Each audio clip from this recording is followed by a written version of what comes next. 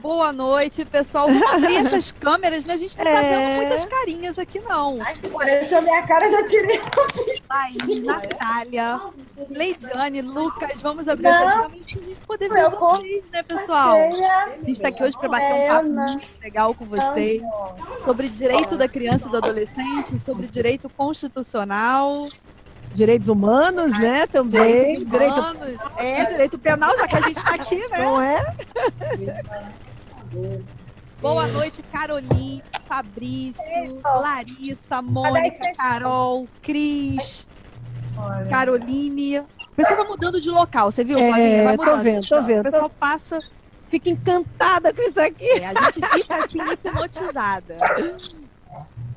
Bom, vamos explicar como é que vai funcionar o nosso encontro de hoje, como que a gente vai fazer a divisão aqui da imagem das nossas matérias, já que eu vou conversar com vocês sobre o Estatuto da Criança e do Adolescente, a Lei 8.069 de 90, aliás, vão pegando o vadimeco, e Flavinha vai conversar com vocês sobre direitos humanos, só que a gente vai trazer também algumas dicas aqui, ela de direito constitucional e eu de direito penal, né, pessoal? Então, vamos começar, né? Vamos sim. Um pouco sobre o Estatuto da Criança e do Adolescente. Depois eu vou falar um pouquinho sobre direitos humanos. Depois a gente vai também, né, ver as perguntas que vocês têm a fazer. E o que acontecer, porque tem muito de... Uma honra estar aqui. Cris, você é do presencial do SES São Paulo, não é, Cris? Cris estava com a gente também que na aula de penal. Beleza, olha aí, lembrei também de você, olha que beleza, viu? Vão abrindo as câmeras mesmo para a gente poder ver todo mundo, tá? Vou deixá-los agora com a Cris, que não é por minha, que é minha amiga não, mas arrasa. E depois eu volto para falar um pouquinho sobre direitos humanos e a gente vai conversando, tá bom? Até já, minha gente, licença. Gente, então vamos lá. Boa noite de novo a todos. Lembrando que eu quero muito a participação de vocês. Então, olha, podem perguntar, podem sugerir temas para a gente tratar no Estatuto da Criança e do Adolescente. Vamos abrir essas câmeras. Eu tô vendo que tem gente aí, olha, que ainda tá com câmera fechada. Né? Vou chamar esse pessoal de novo. Lucas, Laís, Natália... Rosana, Isadora, vamos abrir essas câmeras que eu quero olhar para vocês também, né? Vocês estão me vendo aí, eu quero ver vocês daqui também, tá? Bem, e eu escolhi um tema para a gente começar em Direito da Criança e do Adolescente. Está todo mundo aí com o ECA aberto, vamos pegar o vadimeco, vamos abrir na Lei 8.069 de 90 para a gente começar a falar de alguns pontos muito importantes. Eu escolhi um tema que ele é muito recorrente na nossa prova da OAB para a gente poder começar. Nós vamos começar conversando sobre o ato infracional. Vamos falar alguns pontos bem legais que já foram cobrados na nossa prova sobre ato infracional, como o conceito do ato infracional, quem pratica, quais são as consequências da prática do ato infracional. E, na verdade, o próprio Estatuto da Criança e do Adolescente ele já nos traz esse conceito. Se você abrir o ECA agora, então vamos abrir o Estatuto no artigo 103. Todo mundo com VAD aí em mãos, todo mundo abriu na Lei 8.069 de 90. Quem está com a lei aí, sinaliza para mim, para eu poder ver aqui. Cris está com VAD ali, Sandra também, o restante do pessoal, Caroline também está assinando. Então vamos lá, pessoal, quem não tiver, pega. O artigo 103, ele vai trazer para a gente o conceito do ato infracional. Então o ato infracional, ele é uma conduta descrita como crime ou contravenção. Então veja, se uma pessoa que é imputável, ou seja, que tem culpabilidade, que comete crime, se ela subtrai coisa alheia móvel, por exemplo, com violência, ela vai responder por roubo. Mas se é um menor de 18 anos, não é crime de roubo. Mas pode ser que essa pessoa subtraia e que utilize de violência. Então, o que ela vai praticar? Ela vai praticar um ato infracional análogo ao crime de roubo. Lá no artigo 157 do Código Penal, a gente vai ter aquela conduta descrita. Mas pode ser uma contravenção penal também. Imagine o jogo do bicho, por exemplo, ou uma contravenção penal de vias de fato. Se é o menor de 18 anos que pratica, o menor de 18 anos ele vai cometer ato infracional. E vamos entender por quê? Por que é ato infracional e não é uma infração penal? Por que não é crime? Quem lembra aí do conceito tripartite de crime? Crime é um fato o quê, pessoal? Crime é um fato típico, ilícito ou antijurídico e culpável, não é isso? Ou seja, a culpabilidade, ela integra o conceito de crime. E dentro da culpabilidade, um dos elementos dela é justamente a imputabilidade. Só que o menor de 18 anos, ele é inimputável. Ou seja, ele não comete crime porque o fato que ele pratica não é culpável. Ele não pode ser responsabilizado. Eu tenho uma primeira pergunta para fazer para vocês aqui. Nós podemos dizer que a criança, ela também pratica ato infracional? Porque o ECA, ele traz para gente o conceito de criança e o conceito de adolescente. Se vocês abrirem o estatuto agora no artigo 2º, vocês vão perceber essa diferença. Criança é alguém que ainda não completou 12 anos de idade. A partir do momento que a pessoa completa 12 anos, até o momento imediatamente anterior ao de completar 18, vai ser considerada adolescente. Então, o ECA traz para a gente essa divisão. Será que a criança ela também pratica ato infracional? O que vocês acham? E se vocês forem um pouquinho além na leitura dos artigos e olharem para o artigo 105, vocês vão ver que o Estatuto traz para a gente o ato infracional praticado pela criança, porque ele vai trazer a consequência. Ele vai nos dizer que ao ato infracional praticado por criança correspondem as medidas de proteção. Então vamos lá, vamos anotar isso aí, porque isso cai muito na nossa prova da OAB. Se nós pegarmos e fizermos um levantamento estatístico, um dos temas mais cobrados é o ato infracional, principalmente a consequência do ato infracional, que é o que a gente está começando a falar agora, tá? Então a criança, ela pratica ato infracional, mas ela não pode receber qualquer tipo de medida, entende? Ela não pode, por exemplo, receber a chamada medida socioeducativa. Ela só poderá receber medida de proteção. Então vamos lá, quem pratica ato infracional? Qualquer menor de 18 anos. A criança pratica ato infracional, o adolescente também pratica ato infracional. Só que as consequências para o ato infracional praticado por cada um deles é que vai ser diferente. Essas consequências são distintas, porque quando é a criança que pratica ato infracional, a criança só pode receber medida de proteção. E o adolescente, hein, pessoal? O adolescente vai receber o quê? Aí, geralmente, quando eu pergunto isso, as pessoas pensam assim, o adolescente é medida socioeducativa. Então, fácil, criança, medida de proteção, adolescente, medida socioeducativa. Mas eu quero que vocês tomem um cuidado. Pelo seguinte, o adolescente, ele também pode receber medida de proteção. Então, o correto mesmo, na hora da prova, é você pensar que a consequência do ato infracional praticado pela criança é a medida de proteção. Mas a consequência do ato infracional praticado pelo adolescente também pode ser uma medida de proteção, porque ele pode receber as duas medidas. Ele pode receber a medida socioeducativa e pode receber a medida de proteção. E aí, logicamente, que a gente precisa trabalhar algumas dessas medidas aqui. Mas eu vou dar um tempinho para vocês em Estatuto da Criança e do Adolescente. A gente daqui a pouco vai voltar a falar mais detalhadamente, inclusive de uma medida que cai muito na nossa prova da OAB.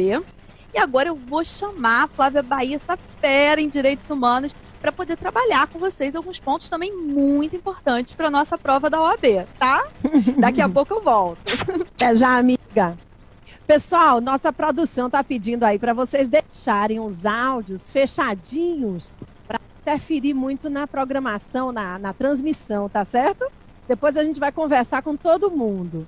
Cadê a turma? Ana Carolina, Fabrício, João. Apareçam aí para eu ver. Leidiane, Fernanda. O que eu conheço aqui do estúdio. Tá aqui com a gente também, né? Beleza. Olha só, pessoal. Para a prova da OAB, qual é o tema mais cobrado em direitos humanos? Vocês podem olhar as provas anteriores e conferir. A banca adora o Pacto de São José da Costa Rica. Não tem jeito. É um assunto cobrado, prova a prova. Inclusive, Cris, o Estatuto da Criança e do Adolescente também já foi cobrado, né? Em direitos humanos. A banca explora vários aspectos sobre direitos humanos, direitos fundamentais, mas é muito regular na cobrança sobre o Pacto de São José da Costa Rica. Então, vou concentrar as minhas dicas agora nesse grande tema. A primeira delas é a seguinte: o Brasil incorporou o Pacto de San José no ano de 1992 pelo decreto 678.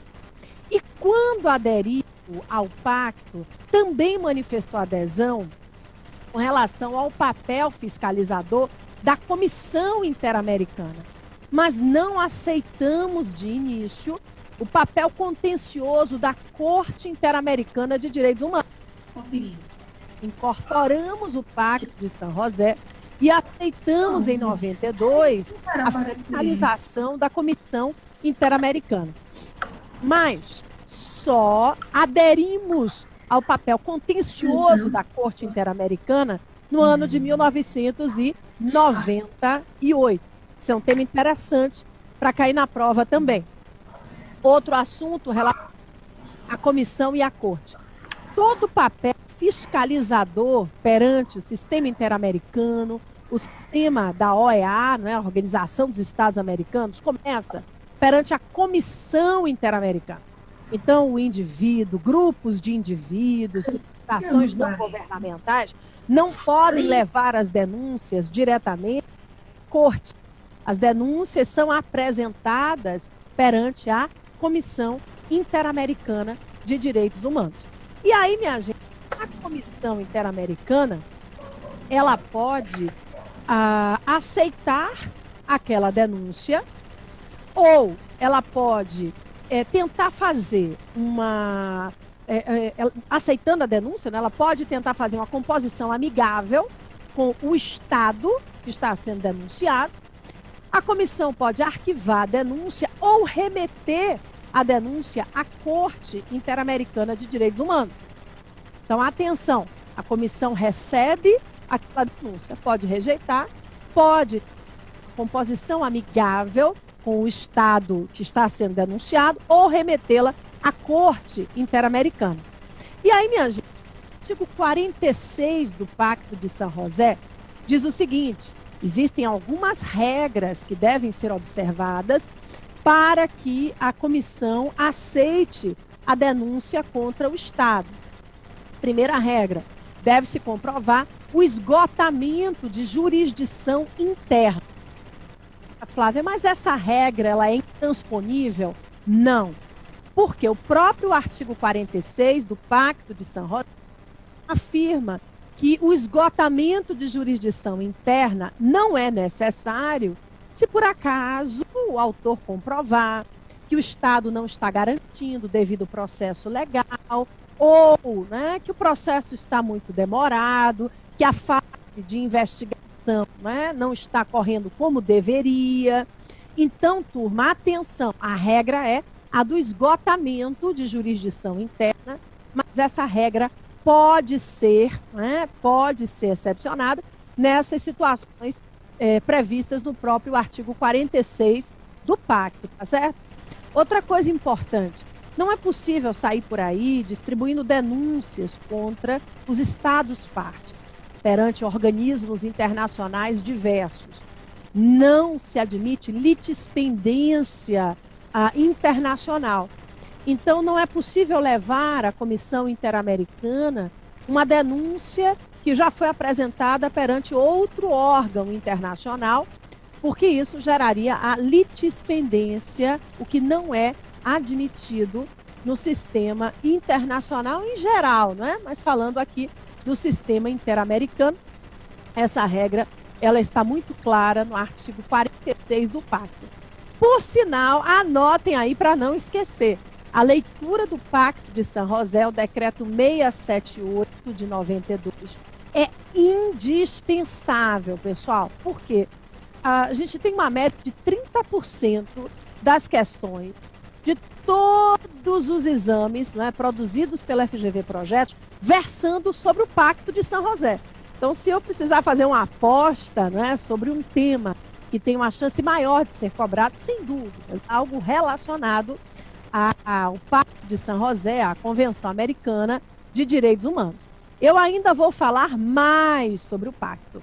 Eu só vou deixar vocês agora um pouquinho com a minha amiga queridíssima. Nossa, é tão bom, né, trabalhar com gente amiga. Aliás, aqui é uma beleza, viu? Tem o Wendel ali, Júlio ali, Lucas na outra sala, Bruno, tá todo mundo espalhado por aí, só gente boa. E aí vou chamar, falando em gente boa, a Cris para falar mais um pouquinho com vocês sobre o Estatuto da Criança e do Adolescente. Isso, fica aí, daqui minha a pouco amiga. eu chamo você de novo. A gente... Estamos aí. Vamos lá, gente. Bom, deixa eu primeiro fazer uma pergunta, né? Antes de eu prosseguir aqui, falei que comentaria sobre uma medida que cai muito na nossa prova da OAB. Aliás, olha, tema top, tá? Mais cobrado de todos. Mas antes eu quero saber se alguém quer fazer alguma pergunta sobre o que eu já falei. Ficou alguma dúvida sobre a questão do ato infracional, consequência do ato infracional? Tem muita gente que ainda tá, olha, pedi para abrir essa câmera aí, mas ainda tem muita gente que tá com a câmera fechada, hein? Então, cadê o pessoal aí? Vamos abrir essa câmera, tá? Bom, então vamos lá, gente. Alguém tem alguma dúvida? Quer fazer alguma pergunta sobre ato infracional? Não? Então vamos prosseguir. Vamos comentar agora sobre as medidas educativas e sobre aquela que mais cai na nossa prova. Eu gostaria que quem está com o Vadmecum aí em mãos, abra o Estatuto da Criança e do Adolescente no artigo 112. Então eu quero que vocês abram no artigo 112 e deem uma olhadinha rápida nesse artigo. É ele que trata das chamadas medidas socioeducativas. Aquelas medidas que somente podem ser aplicadas para quem, hein? Para o adolescente. Então, criança pratica ato infracional, mas nós vimos que ela só pode receber medida de proteção, medida protetiva. Essas medidas que vocês estão olhando agora aí, gente, quem não está olhando para o artigo 112, pega, tá? Levanta, pega o Vadmecum, então tenta abrir aí numa aba do seu computador, mas olhe para o artigo 112. O artigo 112, ele já vai dar algumas dicas importantes para a gente sobre medida socioeducativa. Por quê? Porque ele vai dizer o seguinte: verificada a prática de ato infracional, a autoridade competente poderá aplicar ao adolescente as seguintes medidas. Então, olha, antes mesmo de olhar para as medidas em si, a gente já consegue perceber algumas coisas, tá? O que a gente consegue perceber de primeira no artigo 112? O que é a situação que vai desafiar a prática da medida? Ou seja, qual é a hipótese de cabimento? Quando que pode se aplicar uma medida socioeducativa? Quando há prática de ato infracional. Afinal, o legislador diz, verificada a prática de ato infracional, não é isso? Segunda coisa que a gente consegue notar, olhando para o caput ainda, do artigo 112, é quem é o destinatário dessa medida. Já que o artigo 112 vai dizer, verificada a prática de ato infracional, a autoridade competente poderá aplicar quem? Ao adolescente, as seguintes medidas. E olha, tem mais uma coisa ainda que você consegue notar, só olhando para o caput do artigo 112, que é o seguinte: a natureza do rol dessas medidas. As medidas socioeducativas, elas estão previstas, elencadas no artigo 112, em um rol taxativo. Perceba que o 112 diz as seguintes medidas, 2 pontos. Quer fazer uma comparação comigo? Vamos lá, vamos fazer essa comparação, pessoal? Abram no artigo 101. Volta aí alguns artigos no seu Vadmecum e dá uma olhada no 101. O 101 vai tratar de qual tipo de medida? Medida de proteção. Só que o artigo 101, quando ele vai trazer o rol das medidas, ele diz assim, dentre outras, as seguintes medidas. Percebeu essa diferença? O que significa esse dentre outras? Significa que o rol desse artigo é diferente do artigo 112. Enquanto no artigo 101, nós temos, para as medidas de proteção, um rol meramente exemplificativo, no 112 não. No 112 esse rol ele é taxativo. E aí raciocina comigo. Se esse rol ele é taxativo, e você vai para a prova sabendo exatamente quais são as medidas socioeducativas, você não vai se confundir na hora da prova. Aí vem aquelas dicas que eu sempre dou, quem está assistindo a aula aí comigo sabe disso, aquelas dicas para você poder lembrar da matéria, para você não sofrer com aquele branco, com aquela angústia. E uma das estratégias, que é simples, mas muita gente não usa, porque a ansiedade atrapalha, é a tática da revisão, da repetição. É você pegar, por exemplo, um artigo que seja importante para a prova e você voltar várias vezes a esse artigo antes da prova e fazer isso em várias disciplinas. Aqueles temas mais recorrentes. E olha, pode colocar asterisco aí no seu caderno, coração, seta, o que for o seu sinal de atenção, porque o artigo 112 é um dos artigos mais cobrados na nossa prova da OAB, em Estatuto da Criança e do Adolescente. Então, quais são as medidas socioeducativas? Você precisa saber na hora da prova.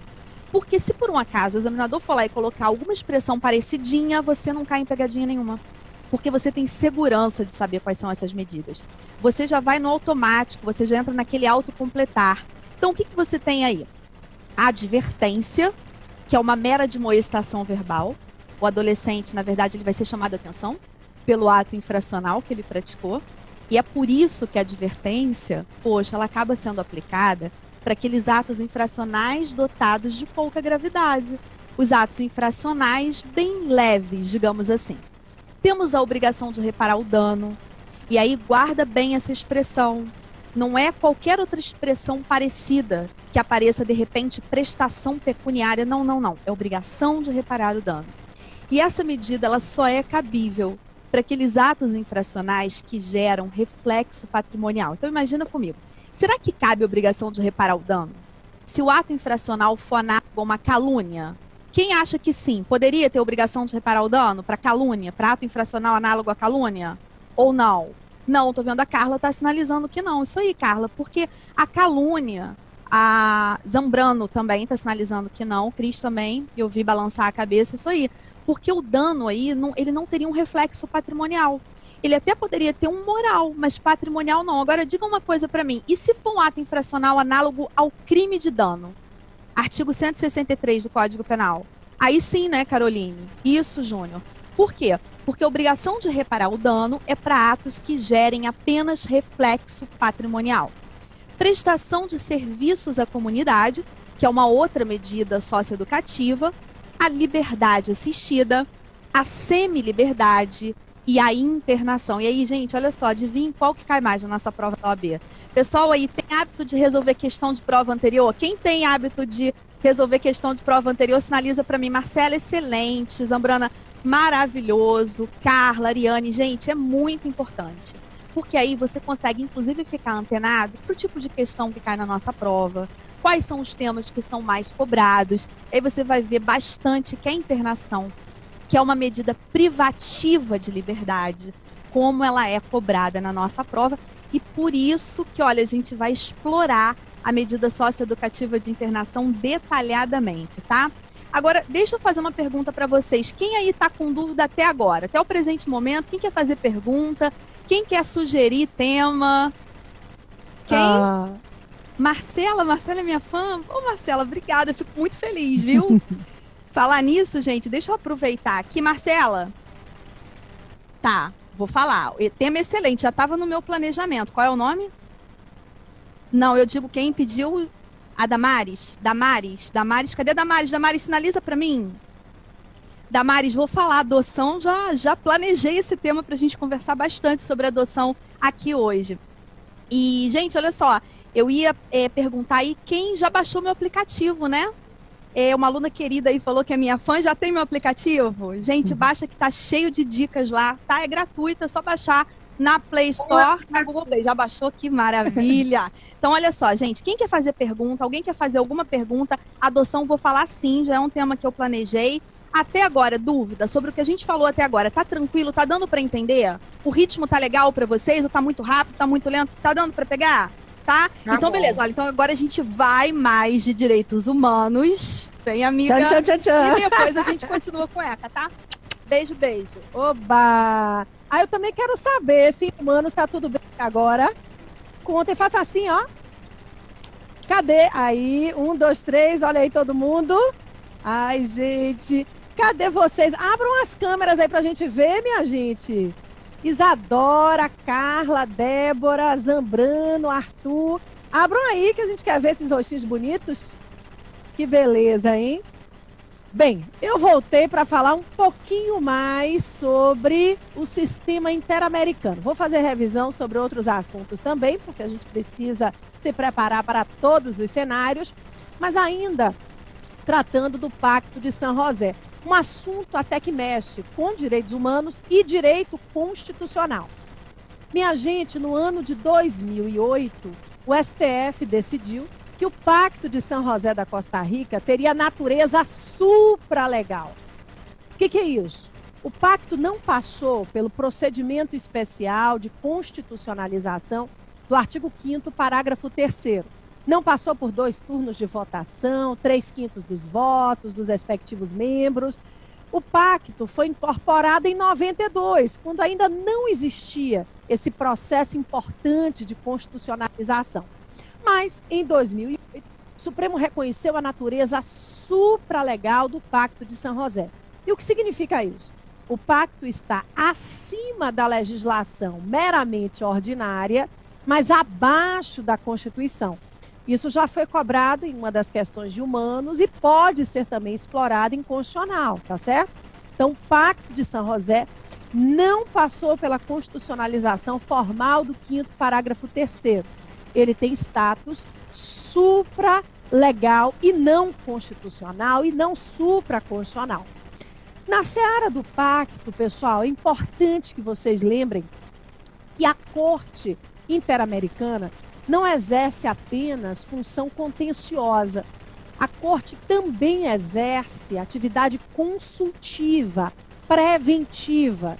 Então, é possível que qualquer Estado membro da Organização dos Estados Americanos faça uma consulta à Corte Interamericana ou à própria Comissão Interamericana, faça uma pergunta, não é? Esclarecer algum ponto perante a Corte Interamericana.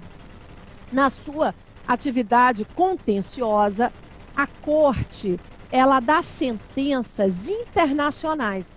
Cuidado para não confundir sentença estrangeira com sentença internacional. O Tribunal Constitucional Federal alemão dá uma sentença estrangeira, a Corte italiana, uma sentença estrangeira. Sentença estrangeira é uma sentença proferida por um tribunal em um outro país. Mas a Corte Interamericana não pertence a nenhum país com exclusividade. É um organismo internacional. E aí, gente, organismos internacionais dão sentenças Isso é importante porque as sentenças estrangeiras, elas passam pela homologação do TJ, lá na forma do artigo 105 da Constituição. Já sentença internacional não precisa ser homologada pelo STJ. Ô Flávia, mas então qual é a forma de cumprimento de uma sentença internacional? Bem, a sentença internacional pode ser cumprida administrativamente, mas se não for, ela deve ser executada perante a Justiça Federal de primeiro grau, de acordo com o artigo 109, inciso 1º da Constituição. Então, atenção, a sentença da Corte Interamericana não é uma sentença estrangeira, é uma sentença internacional, não precisa da homologação do STJ e, se não administrativamente, será executada perante a Justiça Federal de primeiro grau, de acordo com o artigo 109, inciso 1º da Constituição. Tá certo? Antes da próxima dica sobre o... Tá tudo bem até aí? Cadê? Eu quero ver os sorrisos de vocês. Cadê o sorriso da aprovação, minha gente? Cadê? Sorrisão da aprovação aí para atrair as energias positivas. Oba, né?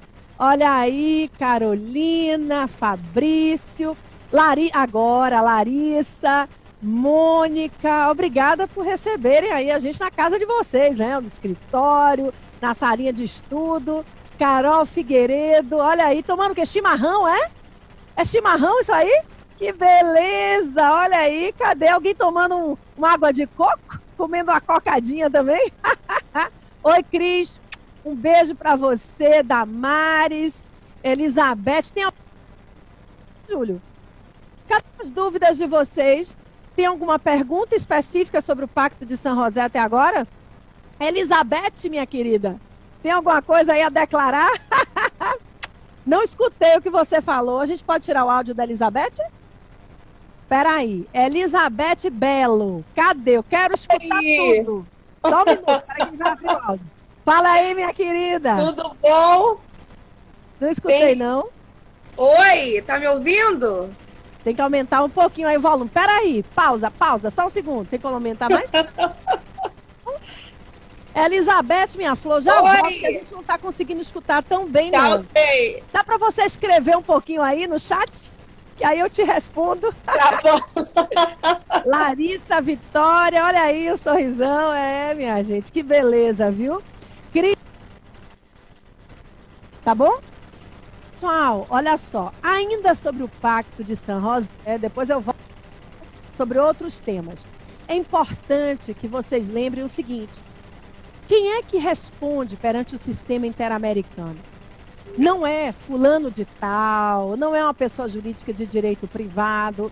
Quem é que responde perante o sistema interamericano? É o Estado soberano.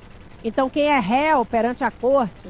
O Brasil, o Peru, o Chile, o México, e não é? Ana, José, Carlos. Pessoas naturais não são responsabilizadas perante a comissão ou a corte interamericana. Pessoas jurídicas de direito privado, não. Isso também já caiu no exame de ordem. Então, atenção, a responsabilidade perante o sistema interamericano é do Estado soberano e não de pessoas naturais e não de pessoas jurídicas de direito privado. Fez sentido? Julinho, apareceu alguma pergunta aí? Até o momento, não. Vocês estão anotando, né? Não estão fazendo perguntas, mas estão anotando, porque a mão que dói hoje é que vai aprovar lá em novembro. E falando de novembro, cadê os constitucionalistas da segunda fase? Tem alguém aqui? Opa! Cadê? Carla, quem mais? Larissa Vitória, Júnior. Cadê os... Opa, tem constitucionalista aqui também. Um beijo, que beleza. Olha só, Amanda também é constitucionalista. Mas olha só, estou dividindo aqui com a minha amiga amada, então quero saber também da turma de penal, né, Cris? Vem cá. Quero saber, Cadê os penalistas aí do grupo? Sempre tem o penalista. Olha Sandra, quanta gente. Mônica, Ariane. Gente, eu tô cega, tá difícil de enxergar os nomes. Cadê os penalistas? Cadê? Ela Fabrício também. Fabrício não é constitucional, não? É penal, é? Ah, seu danado. Eu acho que foi eu que confundi. Que beleza, minha gente. Vou deixar vocês agora um pouquinho mais com a Cris e já volto, tá? Até já. Vamos continuar então, pessoal, com o Estatuto da Criança e do Adolescente. Olha, apareceram mais algumas carinhas aqui, né? Acho que entrou mais gente. Alguém pensou em alguma pergunta? Ficou com dúvida sobre o que eu já falei? Ou a gente prossegue direto para tratar de internação? Júnior quer fazer uma pergunta. Vamos abrir o áudio do Júnior? Dá para abrir aí?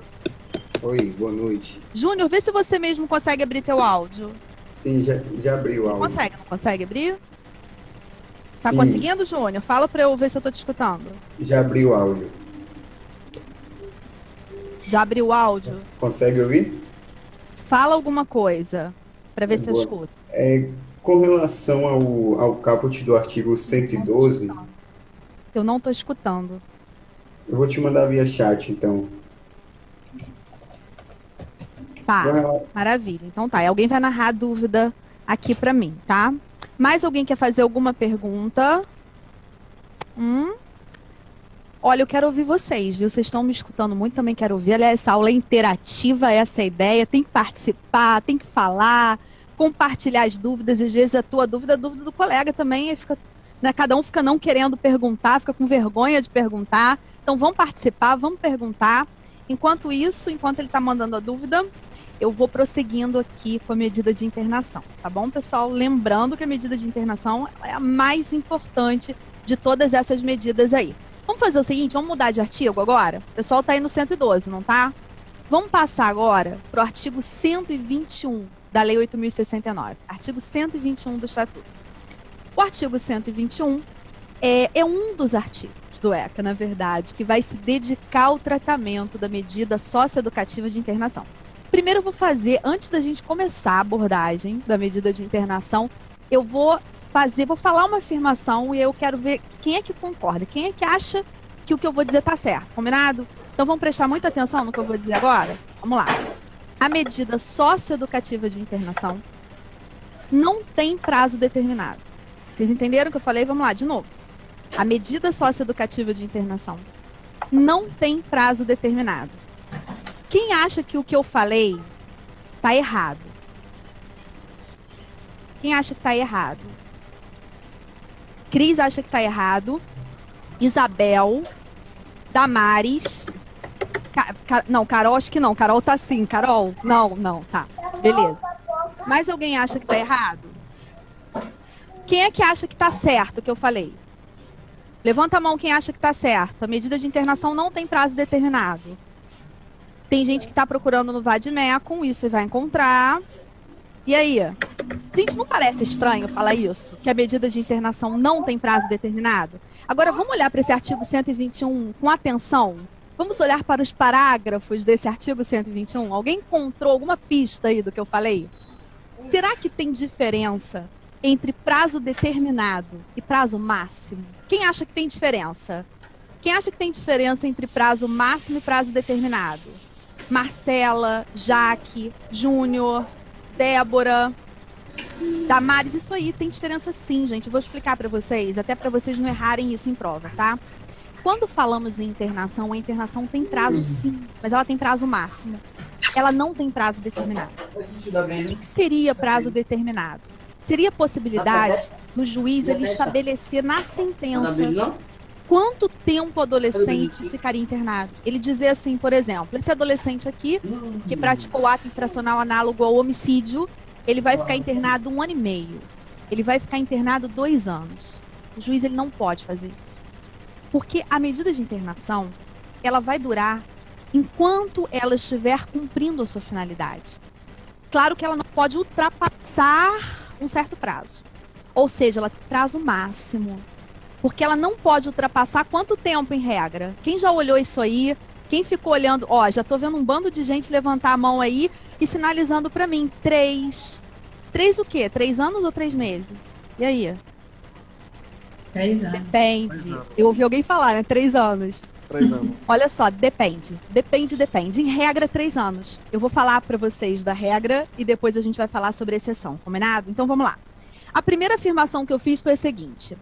A internação, a medida socioeducativa de internação, ela não tem prazo determinado. Agora, todo mundo entendeu? Essa afirmativa, ela está certa ou ela está errada? Ela está certa.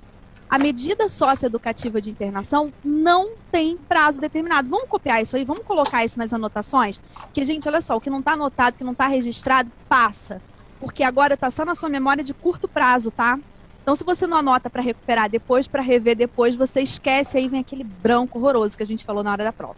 Então, anotem. A medida socioeducativa de internação, ela não comporta prazo determinado. E o artigo 121 vai dizer isso pra gente. Ela comporta prazo máximo, que é outra coisa. Olhem para o parágrafo 3º do artigo 121.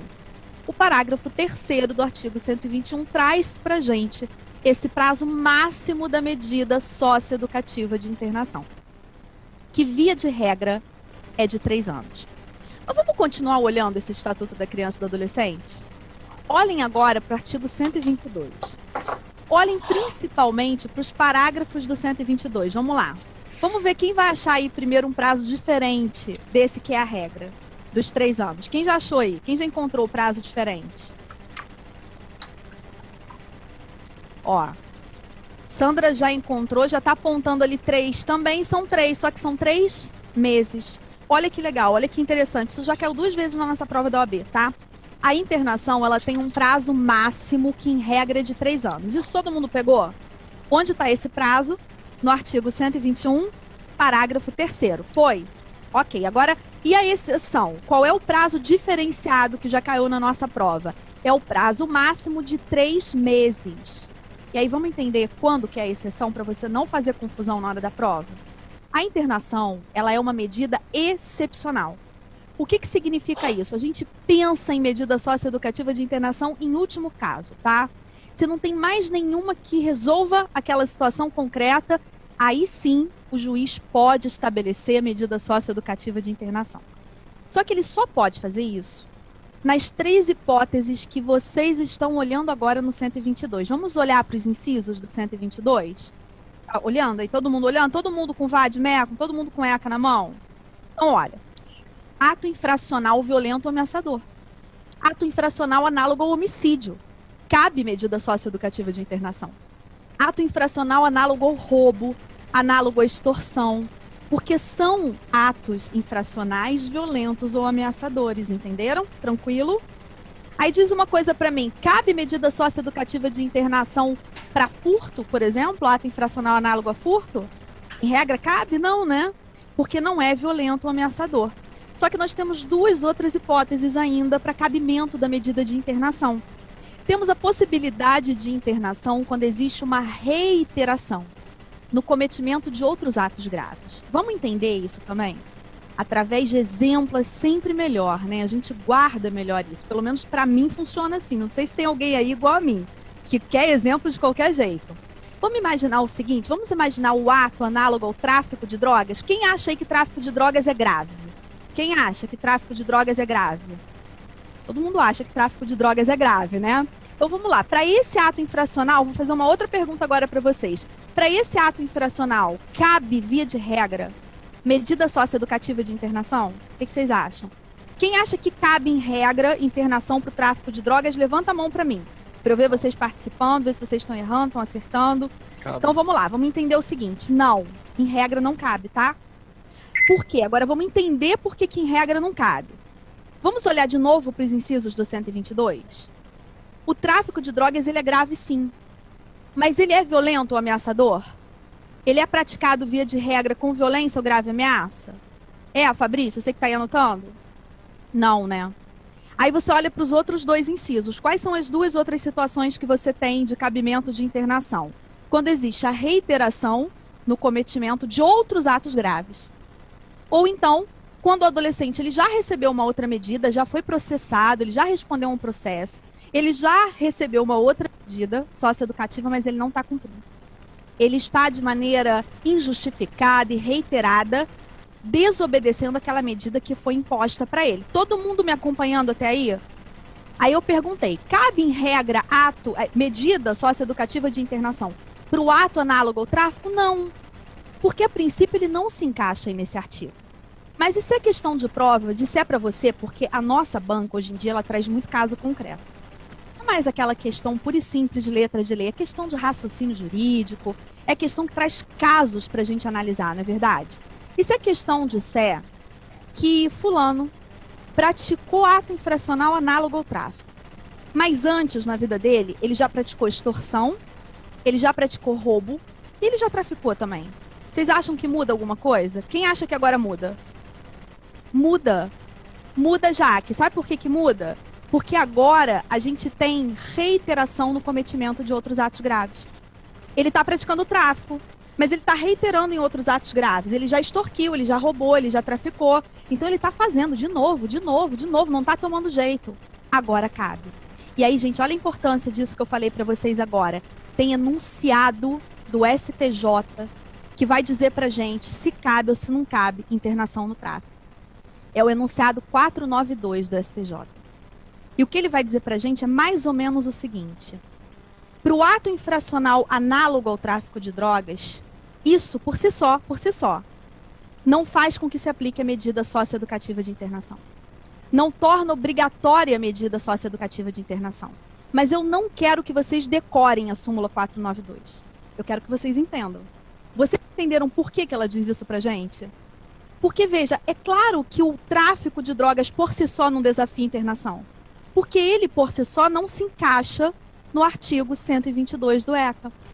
Para você marcar na prova que cabe a medida socioeducativa de internação para o ato infracional análogo ao tráfico, você precisa conseguir encaixar ele em uma das 3 situações que admitem internação. Eu agora acabei de dar um exemplo em que eu encaixei reiteração no cometimento de outros atos graves. Ele extorquiu, ele roubou, ele matou e agora ele está praticando tráfico. Todo mundo acompanhou? Todo mundo entendeu? Então, olha, quando eu vejo um ato... Zambrano não entendeu. Você quer que eu explique de novo ou você quer perguntar alguma coisa específica? Vou explicar de novo. Quer perguntar? Explicar de novo, beleza. Então vou explicar de novo, olha só. Só cabe internação, a medida mais gravosa que tem, porque ela priva o adolescente da liberdade, tá? Em 3 casos. Só nesses 3 casos. Pode ser qualquer um deles, não precisa ter os 3, não. Então pode ser que caiba porque o ato que foi praticado, ele tem violência ou grave ameaça. É o caso do ato análogo ao roubo, ao homicídio, à extorsão. Até aí, pegou? Beleza. Segunda situação que cabe internação. quando o adolescente ele está repetindo atos infracionais graves. Ele está praticando um agora, pelo qual ele está sendo julgado, mas antes desse ele já cometeu outros na vida dele, todos graves. Ele cometeu, por exemplo, extorsão, ou ele cometeu roubo, ele cometeu homicídio, ou ele cometeu tráfico mesmo. Então ele está reiterando em atos graves. Tá pegando, Zambrano, até agora? Tá? Vamos raciocinar. O tráfico de drogas, ele pode se encaixar aí, porque ele é grave. Mas para eu aplicar a internação para um ato grave, pode ser um ato grave só na vida do adolescente? Não. Não, a não ser que ele tenha violência ou grave ameaça, porque é o inciso 1. Então, como o tráfico não tem, quando que vai caber internação para tráfico de drogas? Quando antes do tráfico, o adolescente já cometeu outros atos graves. Pode ser tráfico, pode ser qualquer outro grave. Aí eu dei exemplos, eu falei da extorsão, eu falei do roubo, eu falei do homicídio. E a terceira situação que cabe à medida socioeducativa de internação, que é a terceira hipótese do artigo 122, é quando o adolescente ele praticou o ato, aí ele foi julgado, aí ele recebeu uma medida mais leve. Ele recebeu, por exemplo, uma prestação de serviços à comunidade, só que ele não está cumprindo. O juiz chama lá, pergunta, mas fulaninho, o que está acontecendo que você não está cumprindo essa medida? Ele dá lá uma desculpa qualquer, eu estava cansado, tive uma gripe. Aí não cumpre, aí daqui a pouco o juiz chama de novo, ele não justifica direito novamente, não cumpre novamente. Aí o juiz aplica a internação com base no inciso 3, que é essa que tem o prazo diferenciado que a gente já vai falar, tá? Só que, Zambrano, você conseguiu pegar ou ficou em dúvida ainda? Foi? Pegou? Todo mundo entendeu isso?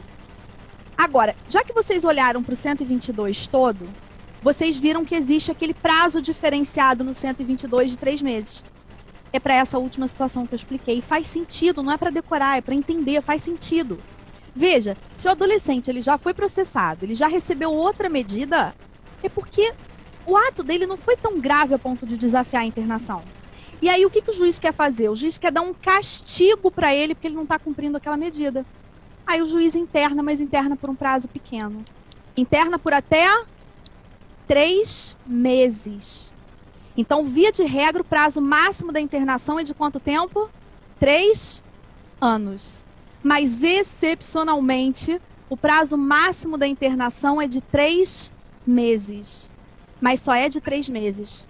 Para a última hipótese prevista no artigo 122. Em qualquer outra hipótese, o prazo máximo da internação é aquele grandão. É aquele de 3 anos. Prazo máximo e não prazo determinado. Todo mundo pegou? Alguém ficou com dúvida sobre isso? Não? O Júlio ia mandar a pergunta. Júlio mandou a pergunta. Conseguiu mandar? É Júnior. Eu falei Júlio. É Júnior, conseguiu?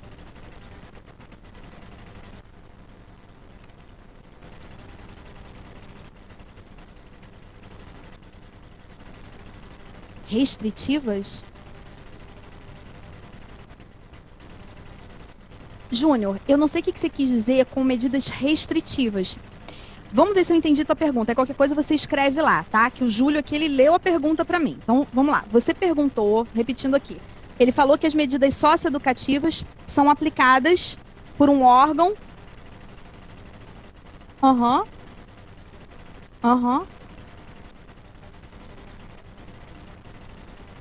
Eu vou responder como se você estivesse me perguntando sobre medida protetiva. Será que é isso que você quer saber? Porque você falou restritiva. É porque para os menores de 18 anos tem as socioeducativas e tem as protetivas. Protetivas? Beleza, então maravilha. Vamos lá. Via de regra, sim. Porque quem aplica a maioria das medidas de proteção, a maioria, é o Conselho Tutelar. Ele não aplica todas. É um tema que daqui a pouco eu vou voltar com vocês. Ele não aplica todas as medidas, mas ele aplica quase todas. Os 7 primeiros incisos do artigo 101, para facilitar a nossa vida, podem ser aplicados pelo Conselho Tutelar. Só que tem medida de proteção que é aplicada pelo juiz da infância e juventude. Quando é o Conselho Tutelar que aplica a medida de proteção, ele mesmo vai aplicar a medida e ele mesmo, via de regra, vai executar a medida. Mas eu posso ter casos em que quem está aplicando a medida de proteção é o juiz da infância e juventude. Mas quem está executando é o Conselho Tutelar. Entendeu, Júnior? Foi? Só que depois eu ainda vou voltar para falar mais com vocês sobre a autoridade competente para aplicar a medida, que esse também é um tema muito importante para nossa prova, tá? Gente, eu vou chamar agora a Flávia, que eu já falei muito, né? Eu já fiquei aqui, monopolizei. Ah, então eu vou contar um bocado de coisa Vai, agora. pode contar. E depois eu volto com vocês, gente. Vocês estão curtindo, minha gente? Estão adorando? Que nós Então, estamos amando é aí, ótimo, viu? né? Estar na casa de vocês. Olha lá, olha a turma. E cada casa diferente, né? Cada cômodo É diferente. verdade. Isso é muito bom, Eu maravilhoso, presto maior viu? atenção. Tô Eu olhando também. ali pra todo Tem hora mundo que eu o tenho tempo que todo. tô olhando a parede aí, as coisas na cômoda. Que beleza, viu? Cris, já te chamo. Minha gente, olha, caiu uma questão certa vez, não sei se vocês vão sobre uma lei de 2000 que proibiu o uso da burra. Alguém lembra? Lembra? Isso. Zambrano. Cadê mais? Ninguém lembra dela, não? Uma questão bacana. Cris. Beleza. A Sandra não lembra, não, né? Então eu vou relembrá-los. A questão dizia o seguinte: uma lei de 2011 na França proibiu o uso da burca e do vestimentas para as mulheres. Bem, aí a questão pedia para que a gente respondesse se a proibição estava compatível dos direitos humanos ou com as visões... Só um minutinho. Voltei. Estão me escutando melhor agora? Todo mundo faz assim? Tá, vou voltar, olha só. Então, a proibição do uso da burca, a questão perguntava se ela estava condizente com a visão universalista dos direitos humanos ou com a visão relativista dos direitos humanos. Vamos lá, vamos compreender primeiro essa questão doutrinária, porque eu estou sentindo que pode vir uma questão sobre essa controvérsia na prova de vocês. Vejam bem, para os universalistas, os direitos humanos são de fato universais. Ou seja, onde quer que a gente esteja, seja no Oriente, no Ocidente, independentemente das nossas características que nos diferenciam, mulheres, homens, idosos, jovens, pessoas, né, com deficiência, sem deficiência, homossexuais, heterossexuais, ou seja, independentemente das características externas, somos todos seres humanos e devemos ter os nossos direitos respeitados. A visão universalista é essa, a de que os direitos humanos são para todos. Os valores são universais. Minha gente, os relativistas culturais entendem o seguinte, que não há direitos humanos universais, que os direitos devem ser protegidos na medida em que a legislação daquele país específico, que os seus costumes, que a sua religião, que a sua cultura assim determinarem. Por isso, sabemos que em pleno século XXI ainda temos muitos desafios, não é, para vencer. As mulheres não são tratadas, né, da forma devida em muitos lugares, sem falar dos homossexuais e de outras minorias, não é?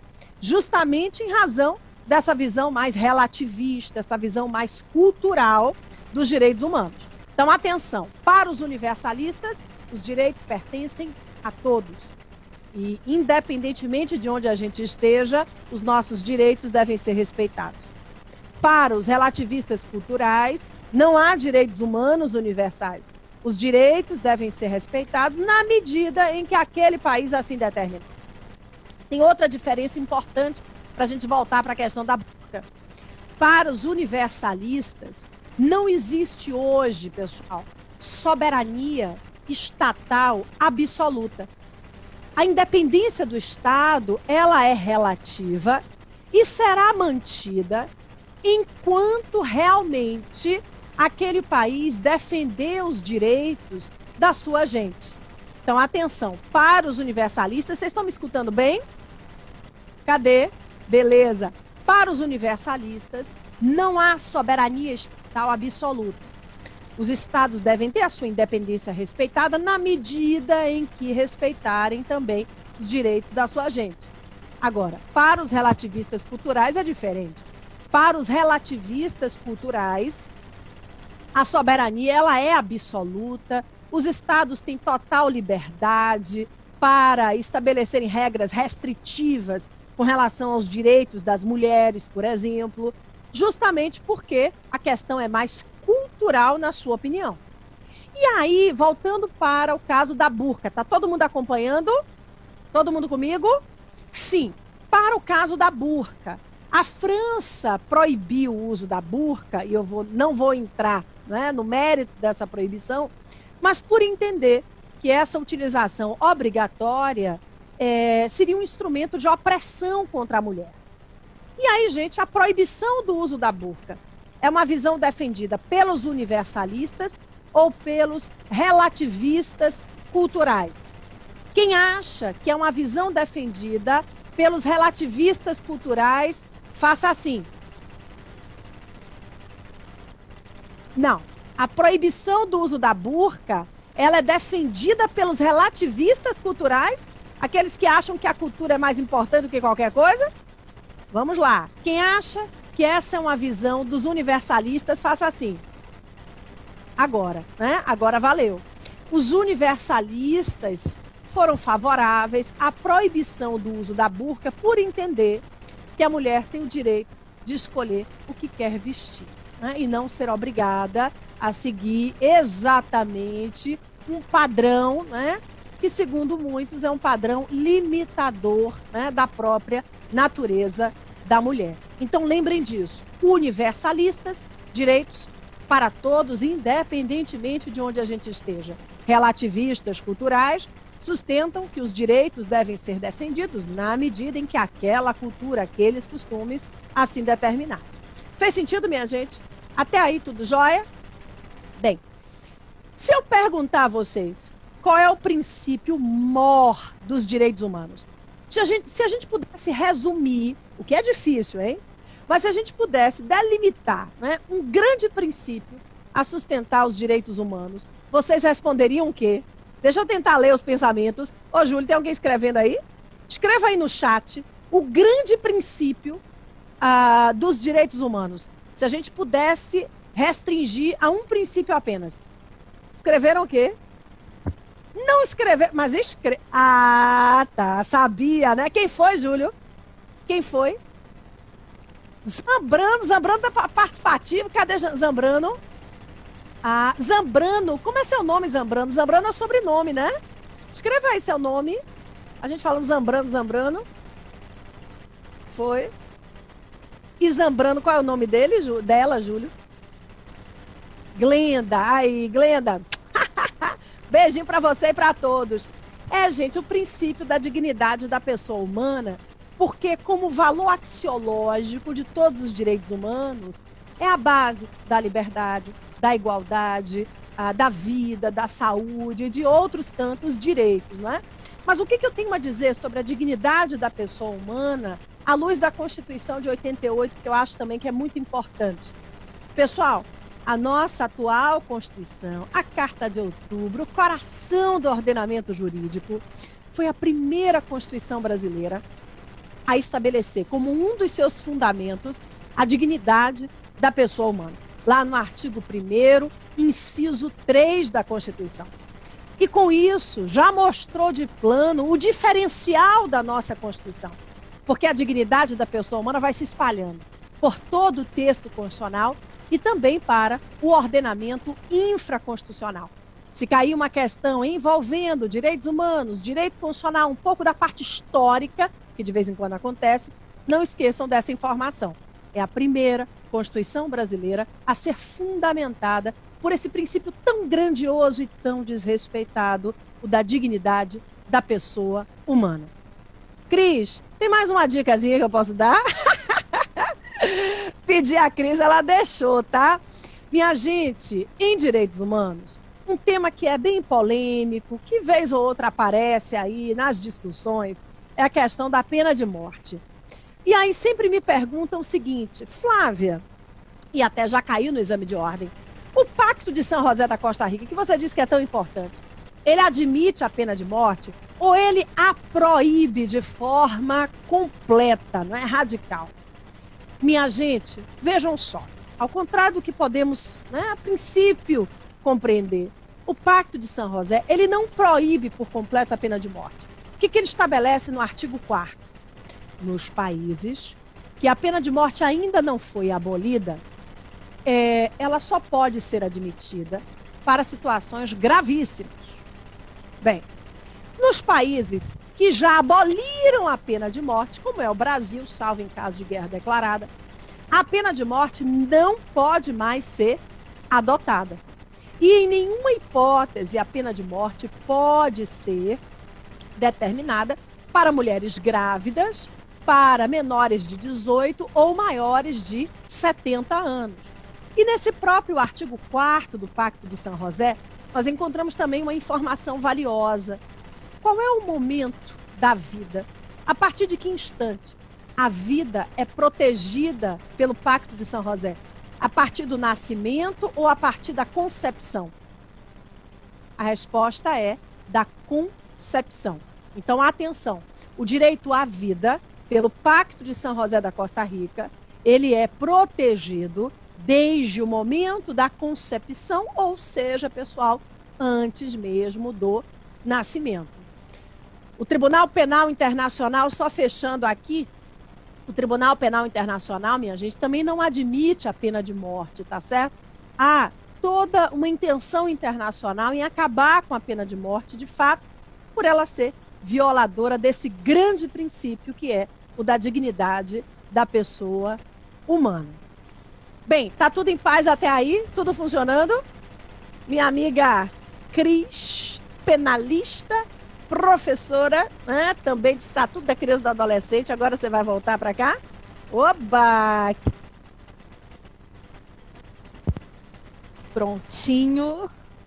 Vamos lá, pessoal, continuando com o Estatuto da Criança e do Adolescente. Olha, eu estava ligada ali nas dicas da corrente universalista. Gostei das dicas, viu? Prestei atenção em tudo. Vamos lá. Gente, vamos prosseguir então, e eu tenho alguns temas que foram sugeridos por vocês, tá? Então foram 2 temas sugeridos ali. Adoção. Quem sugeriu adoção? Quem foi? Foi a Damares. Quem sugeriu viagem do menor? Adorei também a sugestão. Quem foi? Já caiu algumas vezes na nossa prova. Quem foi? Não tô vendo a mão levantada. Foi Damares também, agora eu vi. É porque, Damares, sabe o que aconteceu? Eu não olhei pra você. Como você sugeriu adoção, eu fui procurar o restante. Mas olha, ótima sugestão, tá?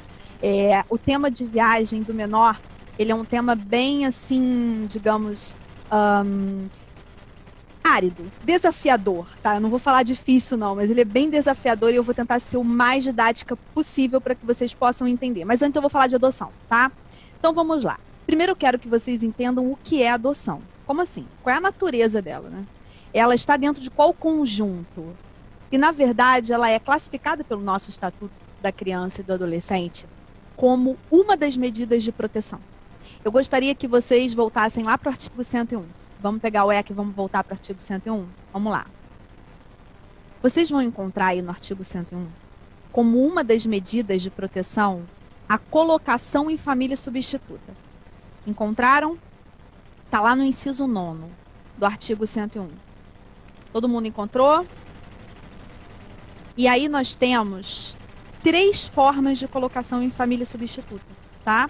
Então, dentro dessa medida de proteção, colocação em família substituta, o que você pode se deparar na prova? Você pode se deparar com a guarda, com a tutela e com a adoção. Então, vamos anotar isso aí? São 3 para o ECA as formas de colocação em família substituta. Guarda, tutela e adoção. Então, a gente já conseguiu perceber 2 coisas aí, perfeito?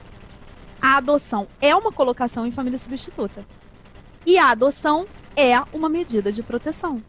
Por quê? Esse conjunto dentro do qual ela se encaixa, colocação em família substituta, está no artigo 101. E o artigo 101, ele está trazendo para a gente as medidas de proteção. Entendam o seguinte, colocar uma criança ou adolescente em uma família substituta não é a regra, é a exceção. Porque, preferencialmente, a criança ou adolescente devem estar com a sua família natural. Família natural, o conceito do ECA é muito restrito, tá? Para família natural. Não pensa assim, não. Ó, a família natural é parente. Não. O conceito é bem mais restrito. Família natural é pai e mãe. Ou então só um deles, só o pai, só a mãe com seus filhos. Ah, Cris, e se a criança estiver sendo criada pelo tio dela? Não é a família natural? Não, não é. É a chamada ampliada. Então, para a gente falar de adoção, vamos entender a ordem. Primeiro, família natural. Tem como fazer tudo para aquela criança ou adolescente ficar com pai e mãe? Faz. Essa é a regra. Não tem como, não dá. Por exemplo, está órfã ou então tem só a mãe e a mãe ela está fazendo um tratamento muito sério por uma questão de adicção, por exemplo, uma dependência química. Aí vai se tentar, em segundo lugar, a família extenso ampliada. Tá? Família extenso ampliada é um parente próximo com o qual aquela criança ou adolescente conviva e tem afinidade e afetividade. Pode ser um tio, por exemplo. O tio que gosta muito do sobrinho, que se dá bem com o sobrinho. Então pode ser que esse sobrinho fique com ele. Até aí todo mundo pegando? Agora vamos imaginar que não dê também? Não dá para ficar na família natural? E vamos imaginar que não tem parente próximo. Aí entra a família substituta, que são 3 modalidades. A adoção é a última a ser considerada. A adoção é a mais excepcional de todas. Mas por que será que a adoção é mais excepcional de todas? Porque ela rompe vínculos. Porque ela acaba com o poder familiar anterior. Porque quem era pai deixa de ser pai, quem era mãe deixa de ser mãe. Na verdade, a gente tem raras exceções em que os vínculos não são totalmente rompidos, né? Vínculos que não são rompidos, por exemplo, na adoção, são os vínculos relacionados aos impedimentos patrimoniais. Então vamos imaginar que o Joãozinho ele foi adotado, mas ele tinha uma irmã biológica, mas só ele foi adotado. O Joãozinho, ele não vai ter mais aquele pai, aquela mãe, aquela irmã, mas para fins de impedimentos matrimoniais, ele não poderia casar com aquela que foi irmã biológica. Entenderam? Então esses vínculos não são rompidos. De resto, a adoção é uma medida de colocação em família substituta que tem um caráter de definitividade. Se eu adoto uma criança ou adolescente, eu me torno mãe. Ah, mas e o pai biológico e a mãe biológica? Não. A gente cancela aquele registro de nascimento anterior, faz um novo registro, é elaborada uma nova certidão. Nela não pode ter nenhuma averbação, nada, nada, nada sobre aquela adoção. Porque senão a gente estaria trazendo uma diferença. Existiria uma diferença entre filho adotado e filho biológico, que a gente não pode fazer. Então aquele registro anterior é cancelado, dele não se expede mais certidão, é feito um novo registro, e nesse novo registro não pode constar nenhuma averbação sobre a adoção. Então ela é definitiva. Ela, via de regra, aliás, o ECA até diz isso pra gente, embora a gente hoje em dia tenha algumas relativizações na jurisprudência, mas o ECA diz pra gente, inclusive, que a adoção é irrevogável. A letra da lei diz isso pra gente. Se vocês abrirem aí no artigo 39 do Estatuto, vocês vão encontrar essa previsão no parágrafo 1º do artigo 39. A adoção ela é irrevogável. Guarda e tutela já é diferente. A guarda ela pode durar um determinado tempo, a tutela vai durar um determinado tempo, a adoção não. A adoção torna aquelas pessoas que adotam, ou aquela pessoa que adota, pai e mãe. E aí eu quero falar 2 detalhes ainda para vocês importantes sobre adoção. Alguma dúvida até aqui, antes de eu falar esses 2? Qual é?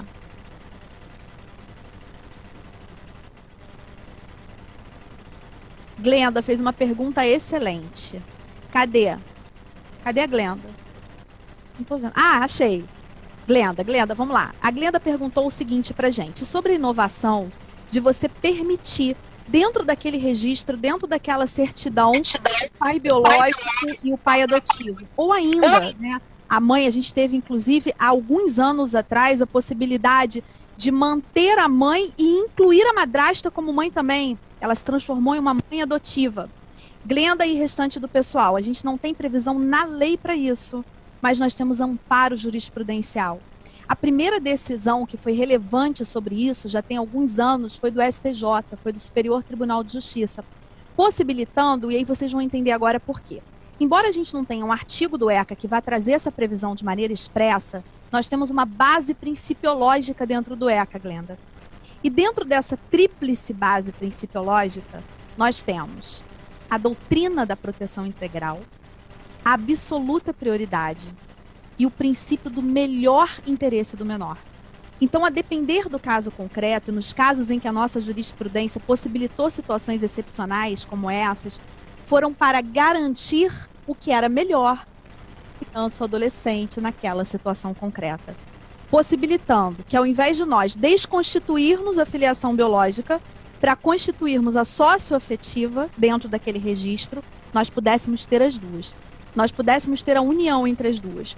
A mãe biológica, o pai biológico continuariam ali, continuariam figurando como pai, como mãe, e teriam todos os deveres que são inerentes ao poder familiar, aquela criança ou adolescente, todos os direitos inerentes ao poder familiar, e seria trazida aquela que tem uma maternidade ou uma paternidade socioafetiva. No caso do primeiro julgado do STJ sobre o tema foi a madrasta. Ela passou a ser mãe, no registro, na certidão, mas a mãe biológica continuou também. Aquela criança passou a ter 2 mães e um pai. Deu para entender? Glenda, pegou? Foi? Tranquilo? Então, a base disso ela é principiológica. A nossa jurisprudência permite algumas situações excepcionais com base no princípio do melhor interesse do menor. Perfeito? E aí, para dar os 2 detalhes que eu ia dar para a adoção, para a Flávia explorar mais com vocês direitos humanos, eu gostaria que vocês anotassem aí. Quem não pode adotar e quem pode adotar. Combinado? Então, vamos lá. Quem não pode adotar para o ECA?